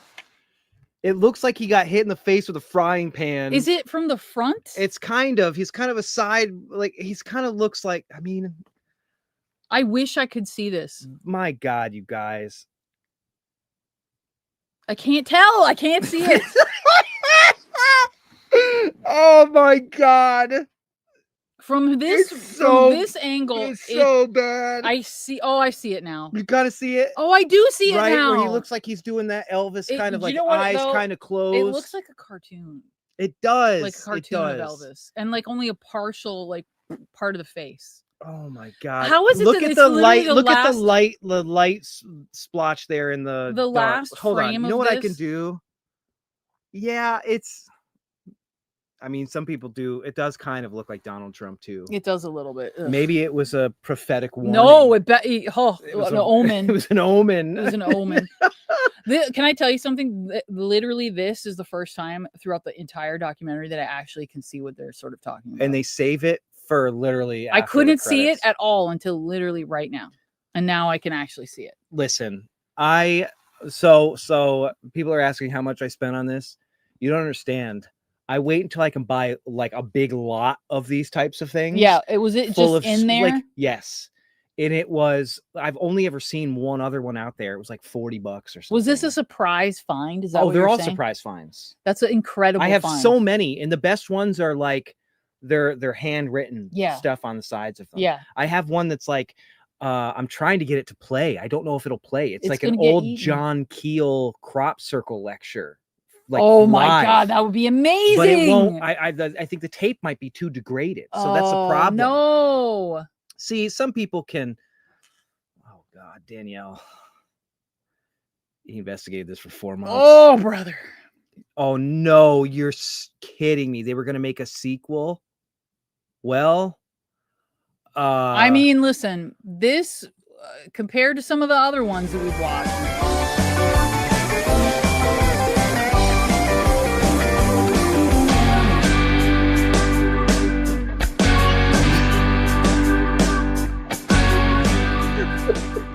Wow. That's it, gang. That was a movie. That was certainly a movie. This jacket is making me sweat. Don't sweat on your blue suede shoes. I'm curious what they would have done for a sequel. Well, they had to go back. They have to go back again and see if they can get more footage. Do you think the Ronster made more documentaries? I need to find them all. No clue. I have no clue. We need to find them all.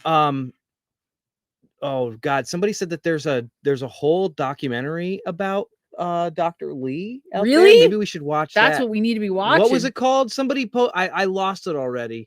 Dr. Lee canceled the sequel. No. Oh my God. The site is still on Wayback and features an endorsement quote from none other than Dr. Henry Lee. Dr. Lee is the best. Wow. Let's talk about it. Dr. Lee. Should we what was his name? What was his full name? I want to look this up. We'll look at some stuff about Dr. Henry. Oh, Traces of Doubt, the forensics of Dr. Henry Lee. Oh my gosh, is this all about his career? Traces of Doubt. Traces of Doubt.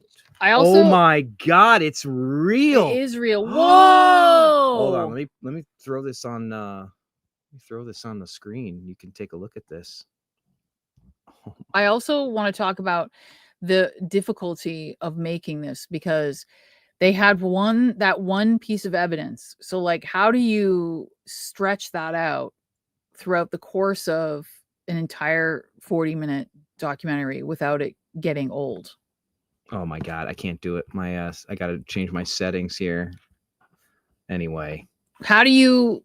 Whatever. They gave... I feel like they took their time in the beginning, but like, you got to show the same piece of footage over and over and over again. Did you like it? Did you? I mean, it was fun to watch with everybody. The comments were killing me. My favorite part were the titles. I mean, obviously the titles, especially "Lives Behind Graceland," is probably one of the funniest things I've ever seen as like a qualifier in a paranormal documentary ever.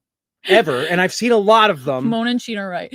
You interview 30 people, Dana, which is exactly what happened. Oh my goodness, oh my God, they busted him. Oh my God. Dr. Lee. It's on YouTube, apparently. Well, everyone's saying it's on YouTube. We're going to have to watch that at some point in time. I don't know if we can watch it here because we're probably going to get copyright. Yeah. Apparently, I think because of that, it really brings the evidence in this into question. It does. I mean, Dr. Henry Lee's involvement has really kind of botched the evidence on this documentary. It's true. I wonder how much they were selling this for. Probably, I'm going to guess $20 probably. Yeah, I'm going to guess $20. Oh my God, is this true? Dr. Lee was in the 2016 JonBenet Ramsey's doc from No CNN. way! Oh my gosh! Oh no.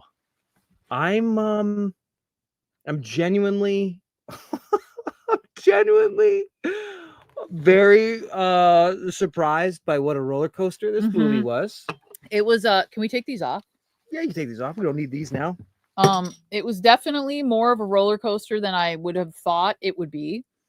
It's it honestly, it wasn't as bad as I thought it was going to be. No, but it was fun because it was one of those things where you watch it with friends Yeah. and you're like sitting there laughing about it Yeah. the whole time. And again, I don't want to clearly somebody The Ronster put a lot really of work worked into it. hard to make this thing. This Mhm. was a dream of the Ronster. Yeah. The Ronster accomplished something. Yeah. The Ronster had information that he wanted to share with the And world. the Ronster went to many different types of experts. He didn't just talk to like a scientist, or he talked to like people that could talk about it from many different angles, which I thought was kind of interesting. Sure. I'm including someone who lived behind Graceland. Including Elvis's biggest fan who lived behind Graceland. Apparently, the pausing it was clearer than it would have been on a VHS too. It really. I am not even I'll be lying very, to you. I didn't see it at all until the last, literally when that last. I'm kind thing. of surprised there were not any red circles. Like, here's the thing. Okay. I think I could have benefited from an outline of what I was supposed to be seeing. As someone who has, I've been part of paranormal television shows before. Mhm. We both have. Mhm. We've watched a lot of them. We're connoisseurs of paranormal television. We are. Love that stuff.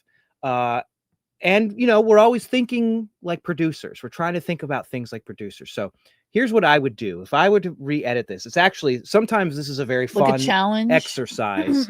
I would have not only would I have maybe not shown that footage that much, I would have built up to the footage. Yeah, you definitely don't show it at first. You blew your load way too early, man. I thought it was gonna like maybe we were gonna get expert opinions and for like 15 minutes. Exactly. Lead up to it. Give us a bit of history. Why would he still be there? Yes. What's the point? You could have. You needed 90 minutes out of this for one. Yes. So what you should have done. Yes. Is you should have not shown that footage right away. Yeah. You retrace your steps and you use all of that because you didn't know. Like you got to do some like recreations. Go back. You got to go back. You know what I need, because this is the thing. This was what would have really made it better is if there was footage of it at night again. So we could compare them. Bingo. We need footage to compare. Right? Depending on the circumstances, maybe that wouldn't have been the best thing for the documentary. I think it definitely would have seen the same thing there. I think that's probably was going to happen. But what I'm saying is you should have gone. Carl's right. It's like Hellier if we never went to look for David. Yes. You know what I mean? Like there's only so much you have could to do. Yes, exactly. So what I would have done is I would have, number one, just hinted at what was captured there. Yeah. Retrace the steps so you have more footage of everything. Kind of go into a little bit of history about Elvis, at least. A little bit of the backstory. You have to have that. The narrator was crushing it. The narrator was great. The narrator more was the narrator. And then what you should have done is when you started to reveal that footage, you'd get a little bit closer every time. And then when you show it, you have the red circle around it, and then you have an artist's depiction of what it is. That's what I'm talking about. Next to it, or it's superimposed over top of it, so you can actually see it. Because you realize this is the problem with a lot of this type of content, and you'll see this if you watch this paranormal content. And it's part of like we try to be the antithesis of this because we realize how often this is done. With a paranormal television show, you have to tell people what they're seeing. Sure. You always, that's one of the rules. You tell people what they're seeing. It's part of the formula of it. You tell them what they're experiencing. You tell them why this is special. Yeah. You cannot leave it to the person if it looks like that. Yeah, because it's too, I don't know what I'm looking at. I need cues. I need you to get, I love the idea of the artist rendition of it, like a rendering of it. Yes. I think that's a really good point. Yes. And so what you do is you do that, Yeah. And this thing would have been streaming on Travel Channel's app or whatever the fuck they call it now. What's the name of it? Destination Truth? No, Destination America? I don't know. This would have been a Destination America show. You know what, though? Or special. No, it would have been a shock doc. Here's the thing, though. Let's give the Ronster some credit because it was 2000. This is well before paranormal television. So this is like the prototype for paranormal television. He didn't have any... I mean, I don't want to call it that, but you know what I'm trying to say. This was before paranormal television. This is the thing. I have a feeling that maybe this was something that was being pitched as an episode to something. Oh, yes. Or some other television show that was like an Unsolved Mystery style show. Like you think like a segment turned the evidence down. And this was the Ronster's way of going, well, fuck you. Yeah. I'm going to just make my own I'm episode. Because this is only as long as an episode of like Unsolved Mysteries. Yes. I'm also curious if Dr. Lee's background was the same as the Forensic Files background. Yeah. Like, was that a set? I mean, it looked like a set. It was lit really well. You know what's really funny? Dr. Lee probably has that in his house. That's what I mean. 4 shoots. It looked like a set. Where they come in and they like Nothing sit else down and looked like a set. interview him there. That You're looked right. like a Nothing set. else looked like a set. No. Everything That else is was so weird, Dana. Everything else looked like a real How is person's Dr. house. Lee the biggest mystery of this Elvis ghost I mean, we documentary? found we discovered it throughout the course of it, but like, you know, it's got to be. It has to be a set. Yes, you know what? You're right. This is Dr. Lee's sizzle reel. I mean, technically, I think it was the Ronsters sizzle reel. I thought for somebody making something like well before paranormal TV hit the television, they clearly paid somebody to do on-screen graphics. I mean, the on-screen graphics looked period accurate. They Yeah. were good. It looked professionally done. Yes. It's just too bad. There was some cool shots. It's like the TV reflecting in the glasses. There was an artistic kind of angle, you know. Fizzle reel. Oh, that's we've so been good. in a few of those. I've been in many of those. Fizzle reels. I've been in many of those. We should have another sizzle reel night. Oh, I almost don't know if I could do it. I though. think I feel way too. I would cringe embarrassed, too hard. and there's too many like people involved that I don't. No, they're too rough. They're too rough. Is your wig itchy? Mine's really itchy. It's itching the inside of my ears. Yeah, me too. Look, it's it's curling into my ears. It was. Look. Anyway, it's cool to watch something that some guy made in 2000. It is. Isn't it is. that And cool? clearly funded it themselves. Yeah. That's always a success story. Anytime you can make anything that people are interested in watching. Yep. Even 26 years later. Yep.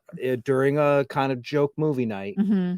That's a win. That's a win. It's people are watching your creation. He made it, art. Put it out there into the world. Where's that tape been? Where did it come from? It floated probably all around the country, and then it ended up in a bin that you purchased and arrived in our house, and we watched it 26 years later. It's true. It has a second life. You can't find this anywhere. That's a kind of amazing thing. You guys have laid eyes on something that people will probably never get to see, like a real outside of something like this. A little piece of history. And I will likely be the last people to see it also. That's probably true. Unless we watch it again for some reason. I don't know if that's going to happen. Maybe what we should do is once a year, once we've got a year's worth of movie nights under our belts, maybe what we should do is watch the best 3. I would love to do like top moments. We'll do a gauntlet. Well, because I talked about this before. We have so many of these. Mm-hmm. One of the problems with doing movie nights is I'm always looking. Part of the reason that I always scrub through them is I want to make sure that they're dynamic. Yes. Because a big problem with a lot of these old movies was you would buy these out of it would have some like crazy title like evidence of extraterrestrial abductions, caught on tape. Mm-hmm. And you would be like, holy fuck, this is amazing. Mm-hmm. You would pay, sometimes these things were like $50. It would arrive to you with like a terrible washed out photocopier and from like a 1995 photocopier level cover stuck in a clamshell case, and then on the inside was a like a regular recorded VHS, like somebody recorded it from like one VCR to the other. Yes. And it would just be the recording of somebody's lecture. Oh, just on talking? like long play mode Yeah. where the shit was so terrible you could barely hear or see what's going Yeah, on. so it's just like a really for 2 hours. Yeah, just okay. And it's just like they're showing slides, and It's- sometimes they're not even on camera. Sometimes it sounds like the idea, I'm not gonna lie, the idea of that also kind of sounds fun. Oh my God, our own movie awards. Oh my God, we have to do our own movie awards. Mandy, that's a great That is that's a great genius. idea. It's a great idea. We We could can all make vote. All you guys could vote on your you're- favorite moments from You're the committee. Yeah, we You're could, the Oscar committee. you guys vote on the moments. We watch the moments. And Yeah. then we award. If anybody's living, we give them the We can award. literally be so mail confused. Mail them an award. We can make like tiny like little statues. Do you know what I mean? I love this idea. We'll Too do much. Like, we can do it like, but we've got to get a year's worth. Oh So my maybe God. once we've done a full year, we can do the annual museum member movie night awards. I kind of love that. That is incredible. We're literally doing it. So- Connor is so- watching right now. So Connor, that's what we're doing. Here's one of the things that I'll say. I've said this before. So because so many of these things Mhm. have like hilarious moments Mhm. in them, but Mhm. we wouldn't want to watch 2 hours. Mhm. I eventually, once I've got a ton of these things You're gonna edit pulled, the best I'd parts love to down. edit like the funniest parts. I into think like that's smart. Like an hour-long clip show. Do you know what would be amazing if we could, if any of these people are still alive, if we could do live streams with them? Oh, Like, could we get them? Could we interview them for like 20 minutes? the Golden Goblin Awards. That's good. That's really good. I bet we pretty could find Ron somewhere and interview him for like 20 minutes. Do you know what I mean? I don't know if Ron would have the greatest sense of humor. Maybe not. About Maybe this. not. That's the thing. We could see though. We're not the Razzies. We don't want to do that. No, like I don't want wanna to make I don't anyone want to hurt feel anybody's bad. feelings. I don't want to pick No. on anybody. But yeah, I guess that's true. But I We wanna want be to, nice about it. We could have maybe some good natured awards that Yes. we give for like best monologue. Mhm. You know what I mean? I think we need like best recreation. Yes, best action sequence. Absolutely. Most entertaining Mhm. piece or best evidence. We'll make them all nice. How about that? Yes. We'll give nice that's the thing. I don't awards. ever want to do anything mean No, spirited. no, I'm with you. We'll do nice awards. That way we can find the best in all of them. I think that's a great I idea. think that's very fun. Fair. I think that's good. What do we got? What's this here? Per the Discord, someone found out that the biggest Elvis fan that lived behind Graceland has passed. R.I.P. See, breaking news in the Discord. The Discord is That's why the you should place to be. in the Discord. R.I.P. Yeah, we could have like special presenters. Yeah. Who like should come and like talk about the next set of awards. We could yeah, literally intro do it, them. our own movie awards. Let's do it. I think Um, we have to do it. I think we have to Phyllis, do it, that's too. right. Pour one out for Phyllis. Pour R.I.P. one out for Phyllis. Phyllis. Incredible. It's really That's what this inspired. Tonight's movie just inspired the museum member movie night awards. Or I love whatever this it is that idea. We call have to have it. them. A JJJ. star-studded night. Yeah. Maybe we can have special guests. I'll wear a ball gown. Yes. You can wear a full-on tuxedo. We could have Jason Gowan come and be like Gowan one of can our- MC. He can be one of our MCs for it. Yes. Yeah. This is Warm incredible. everybody up. He could host it. He could do he could do his type 5 at the beginning. By the way, here's the thing. I should say, Jason actually is an MC. Like He is. Jason runs a comedy club. Yeah. I don't know how many people know that. He does a lot of stand-up. He does stand up. Mhm. If you don't listen to his podcast, The Parents Lounge, Mhm. he interviews some of the craziest, biggest celebrities. I always joke that like I'm pretty sure that we're just living like in Gowan's universe because he interviews like every single like 80s and 90s celebrity that like are from his favorite TV shows. It's amazing. Yeah. Like he's like one day friends he's with like, "Oh, Buffy I'm talking to people." Kimmy Gibbler." Yeah. And I'm like, "What are you talking about? You're talking to Kimmy Gibbler." Yeah. He's crazy. No, he actually does. For Like, real, he though. runs a comedy club Yeah. in New York. He'd be so good at it. He'd be great at it. That'd be great.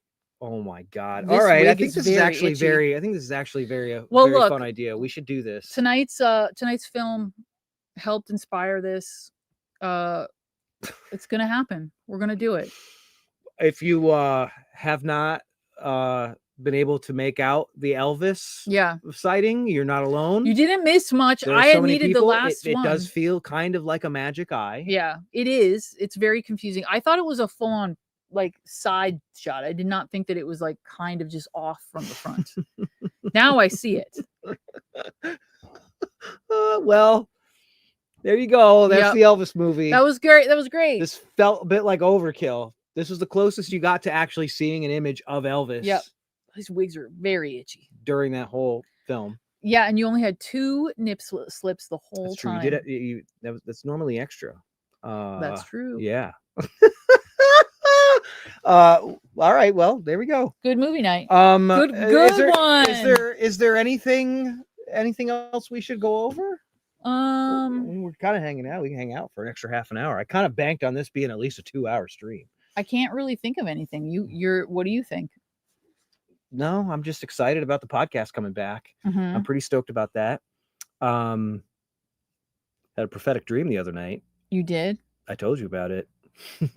And then found some strange information. That is very true. You did. About it.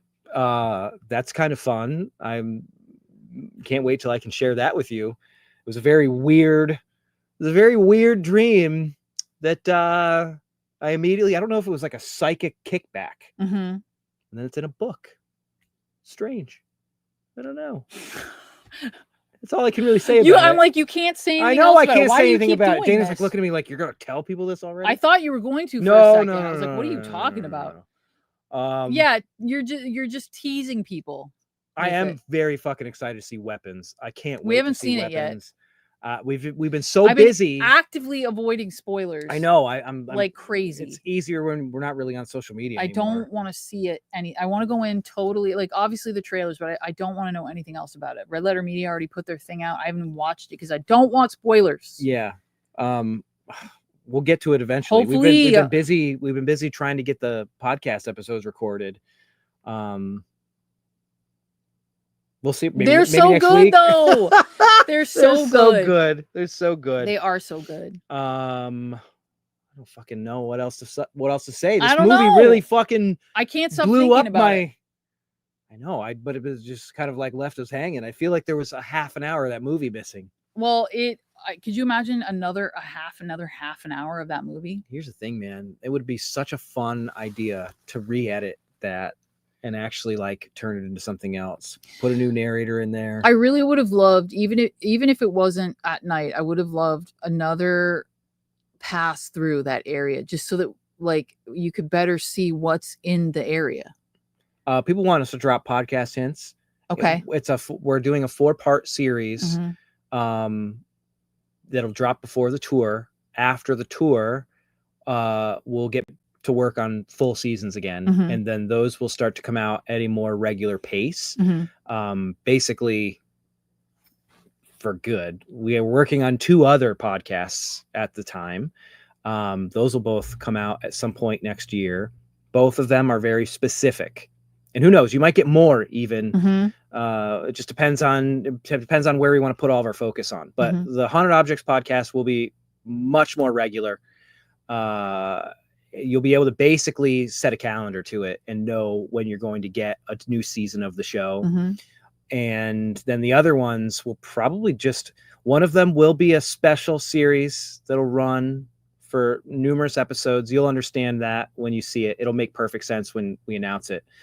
And then the other one will probably just be a regular, like every week podcast. Yeah. The 4-part miniseries, without giving away anything, do you like each of them? They're grouping, so it all kind of makes sense. Yes. There's a bit of consistency throughout each of the episodes. Yes. They're very, very good. They're really good. We're They're shooting so we're good. shooting the next one, the one that Connor's working on upstairs right now. We're shooting that one tomorrow. Tomorrow is a And big we just day. had a meeting to go over it, and it was so fucking good. It's so good. It's just going to make you rethink a lot of stuff that maybe you have had a very set idea about how it worked or didn't work, Mhm. which is kind of the theme of this one. Mhm. You're going to love the theme of this one. It's every one of these 4 episodes in the miniseries has to do with a specific theme. And it's one that people have been asking us about for a while. Mhm. But like I said, I think that what's going to be really interesting is to see what the general response is from like ghost hunters on this. And I think it'll say a lot about what their investment level is. Sure. You know what I mean? Sure. because There'll it's, be it's one of those things where even we can look at it and go, here's how we used to think about this specific thing. Yes. That's not right at all. Yeah, but I think they offer a lot in terms like they'll offer a lot more interesting Yes. perspectives. Yes. And information and like legit, they're really good. Yes. Yes, you're still going to get mailbag. Yes. We love doing mailbag. It's so much fun. I look forward to doing it every Monday. We like your stories. We love reading your stories. Yeah. There might there might be format changes here and there depending on like what's going on or what else is coming out. But you're still going to get mailbag. It's just we like it. We genuinely like doing it. So absolutely, it'll still stay members only. There is more members only stuff coming. I did see somebody ask about the UFO summoning stream. We are absolutely working on it. I'm sorry it's taken so long to get back to it. It's coming. I promise it's coming. Somebody asked, when are we going to see the kids again? We were going to do stuff with them this month, but seeing as the tour technically starts at the end of next month. Yeah, that's a better time to start getting them juiced up. Yes. And before they get back on the road. I think that's great. This stream is going to be really fun though. Yes, it's going to be really fun. And you're going to see, this has been one of the questions about the tour. Is it going to be the same tour as last year? No. There will be some of the same stories in it. The structure is going to be different. And then there'll be at least one new story that we don't talk about. So that'll make 2 that we don't talk about except on the tour. And then there will be some new stuff in it. And we're trying a new experiment too. So even if you've seen the show, you'll probably still have a good time at this one. And then that's going to be it for the Haunted Objects live show. Yes. We won't talk about haunted objects on stage again. Probably. Not in that capacity and probably not for a very long time. Yes. We have our sights set on some bigger things that are a little more interactive that we would like to do with a stage show, and we're actively working on that now. I don't know if that'll be a next year thing or if we'll take a year off. It just depends. It's hard to plan that far out when the world looks the way it does these days. So we'll see. Also, my focus right now is I want to get the podcast back. I want to get Hellier finished. And then there's these other projects that we're working on. There's other stuff. Yeah. So a ton of stuff on the way. The next stage show, you'll bring a live goblin on stage. Listen, nobody would like that more than I would. We'll see. I would never want to catch one in a... Only if he wanted to be on stage Jurassic with us. Park. Yeah. Only if he wanted to be on stage with us. I told the local promoter he needs to get you guys here. It's funny. Like, a lot of people have been asking us to do like events lately, but I don't know if we'll ever do one again. I'll be very honest with you guys. I don't know if we'll ever do one again, unless it's like one we're putting on ourselves. And it's not, that's nothing against people who are hosting these events. I just, I think I've mentioned this before. Unless I don't know, man. I'm trying to say this in the nicest way that I can. While there's a lot of people who I really love and respect in the community who do these events, it'd be great to spend some time with some of our friends who still do that stuff. There's too many people. I would not want to ever imply any kind of partnership or approval with that I'd have to share stages with these days. I think that's a really huge problem now. And I just couldn't do it. I just couldn't do it. I just can't do it. You know what I mean? So I think what I would rather do is I'd rather focus on doing more Phenomenacon type stuff.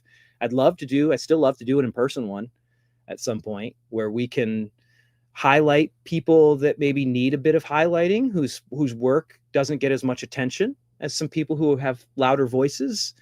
And we would know who we're doing it with, So, yeah, I mean, that's really it. I mean, here's the thing. We've done library talks. We did one last year in the middle of the tour. We spoke with all the proceeds were going to a library in Wisconsin. So that stuff's cool.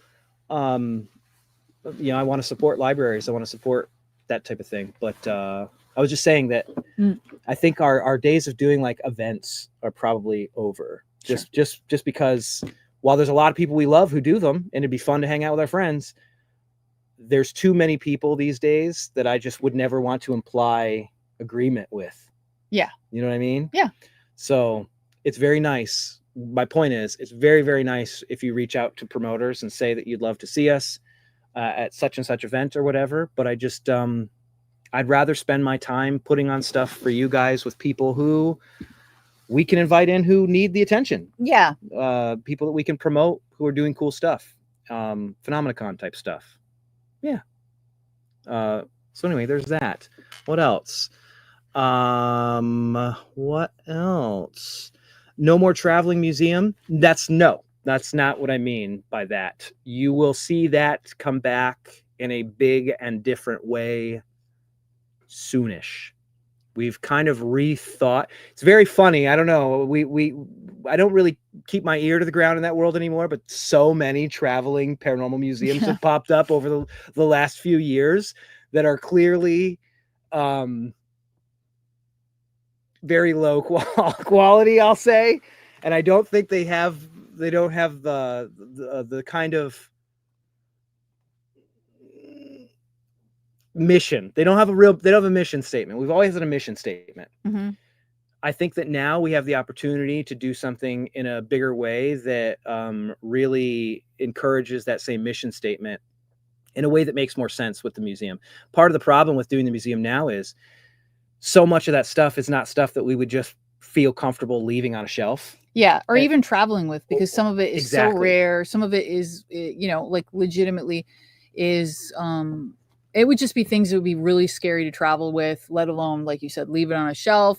Yes. Just a lot of it, the idea of that is very daunting. I can't tell you how many times we've done, just to add to that we have done events where we're like, listen, some of the stuff that we have in this tent is like priceless stuff. There's only one of it. You know, it's incredibly rare. We need to make sure this room is like locked at And night. then it's not locked. And then they're not locked. No. And then there's like one time we found people making out in the tent. Mhm. So people were like making out in the museum tent Yeah. after it was supposed to be closed. After the room was supposed to be locked. So that's a fun story. Yeah. It's stuff like that there's just a certain level of, and I hate to even say this, there's a certain level of professionalism. Sure. That we would strive for. And I as like we're that we working, say this while wearing Elvis costumes. you know, duality, man. We don't take ourselves seriously. We take our work seriously, and we take our mission statement seriously. And so I think I have a very clear plan that I'm very excited to share with you guys about ways that the traveling museum will exist in a bigger way as we are working our way towards that permanent collection space, which is very, very actively being worked on. So anyway, that's my point. And the traveling it's a museum very is cool not idea over. too. It's very fun. It's in a cocoon right now. Yeah, it's going to It be will reborn rebirthed in a way that won't be as you'll love it. You'll Yeah. love it. And it won't allow people to kind of like confuse them with what we're doing. It will be a very cool thing. I think that you will love it, and it will be, like you said, it's good to go into a cocoon and be transformed and then reborn, and that's kind of what it's in the process of right now. And I really think you'll love the growth of it, because I think that's the better way to think about it. I think everyone will be shocked. I'm not joking. I really do think that people are going to be absolutely stunned with what we're working on. It's very cool. Because again, the only people who really even see a bit of what that process the building process is like is you guys. Mhm. And there's a lot of people who remember what the museum looked like, which I fucking loved. I thought we did a great job with the traveling museum, particularly towards the end of that run where we had the cool tent and the lights and all that kind of stuff. This is like that times a million. Mhm. It's very cool. It's a very cool evolution, and it will, I think, be even more accessible to people. And I just think you're gonna love it. You're gonna love it. Yes. Somebody asked, is the brick and mortar gonna end up being in Cincinnati? That's the goal. I love living in Cincinnati. I love Cincinnati. I love this area. I think that this area is ripe for something like this. And I think that we're the right kind of weird for this area. Yeah. Yes. And Cincinnati's a weird place, and it has like such a weird history and so much weird lore and just weird history in general that it definitely feels like the right place. Madison asks, if it's a permanent space, it isn't traveling though, right? You're assuming we don't have enough to do both. Yeah. and let me tell you, we do. Oh boy. And it's world class. Like I'm telling you, it's like the best collection of this type of stuff wonderful. That is out there. It is so well curated. You guys have only seen the tip of the iceberg, I promise. But that's the thing. There's a goal that we have down the road. I won't get too into it, but the traveling museum will continue to exist alongside the brick and mortar museum. That's pretty cool because that's the goal, is to try and bring this type of stuff to as many people as possible in as many ways as possible. So, yeah. Anyway, that's the future of that. We're very excited about it. Dana will tell you, I haven't shut up about what I've been working on for months now. I just had a kind of a fire under my butt. So it's been a lot of research about stuff, but you'll get a better picture of that stuff next year, probably. Next year, I can probably start making some announcements about the traveling museum and what that new version is going to look like. It's going to be quite a bit different. And then it's just a, kind of a road to the brick and mortar. All right, what else? I saw there's a true crime museum planned for your area. I don't know anything about that. Yeah, I don't know, man. There's like a lot of stuff I don't really keep. I don't know. We kind of just do our own thing. It makes sense. Yeah. Since he's got a pretty crazy history, it totally makes sense. Somebody asked how the kitties are. They're great. They're great. They're great.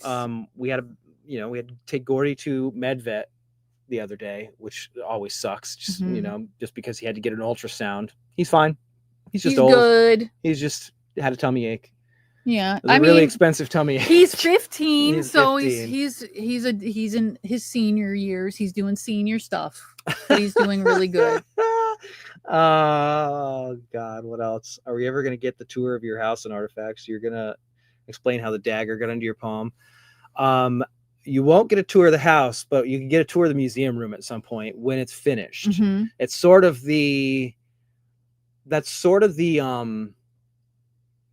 that's almost like the vision board. Yeah. For the brick and mortar. Yeah, that's a good way of thinking about it. And it's been changing quite a bit, and I think it's almost done. And I would love to give you guys a tour of that so you can kind of get a picture of what things are looking like. And I've only been putting it off just because it keeps changing so much. But I feel pretty good about where it's headed. What else? Oh yeah, I once paid $700 to find out my old man had eaten a bug and it upset his tummy. I know. Yep. That happens. I think Ohio is perfect for it too, man. Yeah, I think Ohio's the perfect place for it. It needs more weird. It needs more weird representation, and there's so much weird in Ohio that it totally makes sense. And you know what? I know it. Ohio doesn't have a great reputation. We're kind of the joke. I get it. I understand it. I get why. But I think that the only way, it's the same. You know what? It's the same argument that I had when there were a couple people who got upset that we were doing the tour in Texas. But there's cool people there. There's a lot of weirdos in Texas. You have to support the cool stuff that's going on in places that have a lot of stuff wrong with them. Otherwise, they're never going to come out of that. Yeah, we met a lot of lovely weirdos in Texas. We always do. Yeah. So somebody has to do it. Somebody has to make a place cool. And I'm not saying that I think we're cool, but I think what we're doing is cool. And I think it'll bring more weirdos into the area, Yes. bring more of the right kind of attention to Yeah. that kind of stuff in the Yes. right kind of way. Mhm. And we get to put our own unique lens on it Mhm. that I don't really see many other people doing. Yeah. So pretty stoked about that. What am I missing, Dana? What's going on in your life? What do you have? We got 8 minutes until it's 2 hours. I want to give at least 2 hours out of this. I have a Magic of the Month class coming up in a couple days. It's going to be a good one. This one's going to focus. We're going to be doing quite a bit of kind of active meditation. We're going to be talking about this sort of time of year where we're beginning to be okay with letting go of summer. I know a lot of people are very ready to launch into fall. We're not going to be launching into that stuff quite yet, but we're going to just sort of start to see it coming down the road towards us and preparing for it a little bit. So there's going to be some really fun active meditations that we're going to do together. One that is pretty actionable and should be pretty relaxing, but also kind of a fun adventure. I'm excited about it. Yeah, it's going to be good. I did see some posts the other day. Mhm. People's sunflowers from I earlier saw Magic of the Month. They're starting to sprout up. Some of Looking mine real are good. popping up too. That's Some of so mine were popping up great. the other day. I saw them. Oh yeah, Collier says, I feel that living in Iowa, we get a lot of people saying nothing happens here, but we have a lot of cool stuff. That's true. Iowa does have some cool stuff. It out there. does. Have I been to Iowa, or is that one of the? I think You've been to Iowa. Idaho. That's what I'm thinking of. Yeah, There's only Idaho. like 3 or 4 states I haven't been to, in Idaho. A lot of potatoes and compounds in Idaho. That's what I've heard. I think maybe that makes sense. Yeah. A lot of that there. Yeah, people are talking about like Ohio's got like heritage sites and stuff. Like we have the Serpent Mound. Yeah, Serpent We've got, Mound. like such cool stuff here. Serpent Mound is incredible. There's so much just like Loveland Castle. Untold history Mhm. that exists out here. It's There's just- so much weird, Yeah. like cryptid stuff too. Yeah. It's a great place. Will the podcast land around Halloween? No, it's gonna be out way earlier. It's gonna be out It's gonna be earlier. out next month. For Halloween, we'll be talking to Harlow again in a little bit bigger way than we normally do. We actually took that specifically off. That was a highly requested tour date, but I told our tour manager, Yeah. I was like, we absolutely cannot do it on Halloween. We have to be home for Halloween. Mhm. We're doing something special. We got something to do. Yeah. Yeah. What else? You should go to the Serpent Mound if you've It's never been to it. It's pretty amazing. amazing. It's pretty amazing. Is your I like your hair is changing shape as it? it goes It on. is starting to like. It's starting to go up in the I middle know. a little It's 'cause bit. I keep scratching it. It's so itchy. Jay says, do you guys feel like too much happens in your life to keep the museum properly up to date on, or do you feel like everything important enough to share makes into your projects eventually? We're very selective about what we share publicly for many reasons. You guys know the most. I mean, there's not many other people who know much at all. Mhm. Like they get the projects that we release publicly. Yeah. I don't think people understand that we're as active as we are in the museum. Mm-mm. You guys are always our first priority for everything. But like, imagine what it's like for people who aren't in the museum. Yeah. They haven't gotten a Haunted Objects podcast In a while, a couple months. in like half a year at Mhm. least. The last documentary project that we put out was The Unbinding a couple years ago. Mhm. Hellyear's been 7 years or Mhm. something like that at this point. We don't really, paranormal television's dead, so we're not making any appearances on that. So I'm sure that there's a lot of people who just maybe think we're retired. Sure. But like, I'd rather it be that way, and then we can drop cool stuff publicly while we just do cool stuff with you guys all the time. Mhm. But yeah, I mean, we are always really, really busy. There's stuff that we can't talk about for a lot of reasons all the time.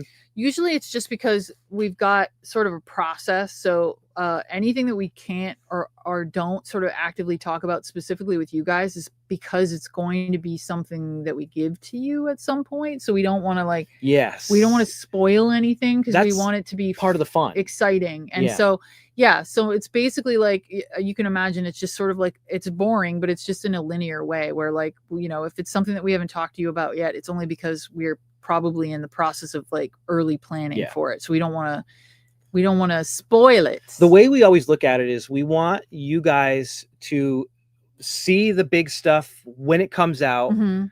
but then you guys get all of the background stuff. So Yes. you guys, I mean, here's the thing. No matter what, it's happened in every project so far. Yeah. There are people in the live streams who make it into the projects that we're making. Dude, there's people in the Unbinding that Unbinding. are like Magic, that have been Magic of the Month members Exactly. forever. So like all of the, the Magic practitioners that you see in that sequence in the Unbinding are Magic of the Month members. And they're people that we asked, when we did that ritual, we asked Magic of the Month, if you're comfortable with it, film yourself doing that. They had no idea why they were doing it.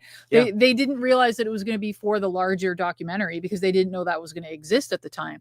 But we asked them to film themselves, knowing that it would be really cool to be able to show a handful of people who took part in that ritual and have representation for that community in that thing. So it's not uncommon for, like, if you've seen Hellier, there's live streams literally, or even in the Unbinding with you guys that are in it, that just make it into it after the fact. But I mean, what's really fun to me is like that they will, people being able to go, holy shit, I was there when that happened. Yeah. And you maybe only know part of that puzzle piece about why that moment was maybe more important than you thought it was or later on, which I'm sure you're going to see in Hellier again. Yes. And it's even cooler because if you weren't there for it live, it's okay, because you can literally go back and watch the entire unedited stream. Like if you're watching Hellier or you're watching the Unbinding, you're literally just seeing like a snippet of what is very likely a 3 or 4 hour long live stream that like you guys can just scroll back in the master list and and watch the entire thing. Watch the whole thing. Yeah.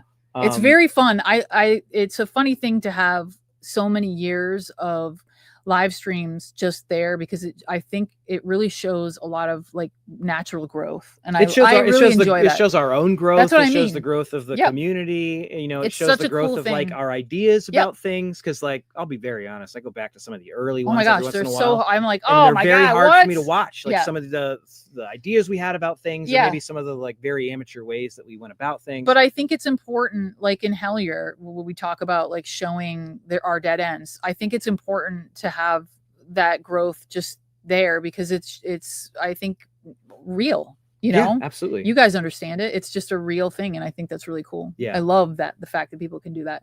So we just that's the way we always look at it, is like we've got the bigger projects that we're always kind of working on, and they take a while because we're such a small group, and we share as much as we can. You guys are often involved in them somehow. Maybe you don't know it at the time, but you do eventually know it. Sometimes you do know it. And then when those come out, we just get to tell you guys more about them and give you guys more of the behind the scenes stuff about them, and then celebrate them together while we work on the next thing. And that's just kind of the way that we like to do it. We'll just keep doing it that way. And now that Connor's out here, we have the ability to expand some of that stuff in very big ways. And we're very excited for you guys to see what we're working on, and you'll get to see it sooner rather than later. And honestly, these 4 episodes, this miniseries is so we can't obviously give you any spoilers about it yet, but I can say is they're incredibly good, and they're also incredibly useful. Oh yeah, they're very cool, and I'm really excited about them. Yeah, I'm excited about giving them to the world. Yeah.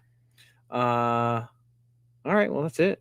I gotta take this itchy. I know this thing's itching the and heck this out jacket of me. is like pure. I don't even know what this is made out of, but I think the sequins are like keeping the heat, trapping the heat I mean, in my you basically body. are wearing a plastic. I'm like sweating. A plastic shirt. I'm sweating. I need to go drink another Arizona iced tea. Really appreciate you guys. Sorry that movie was only like 40 minutes. That movie was awesome.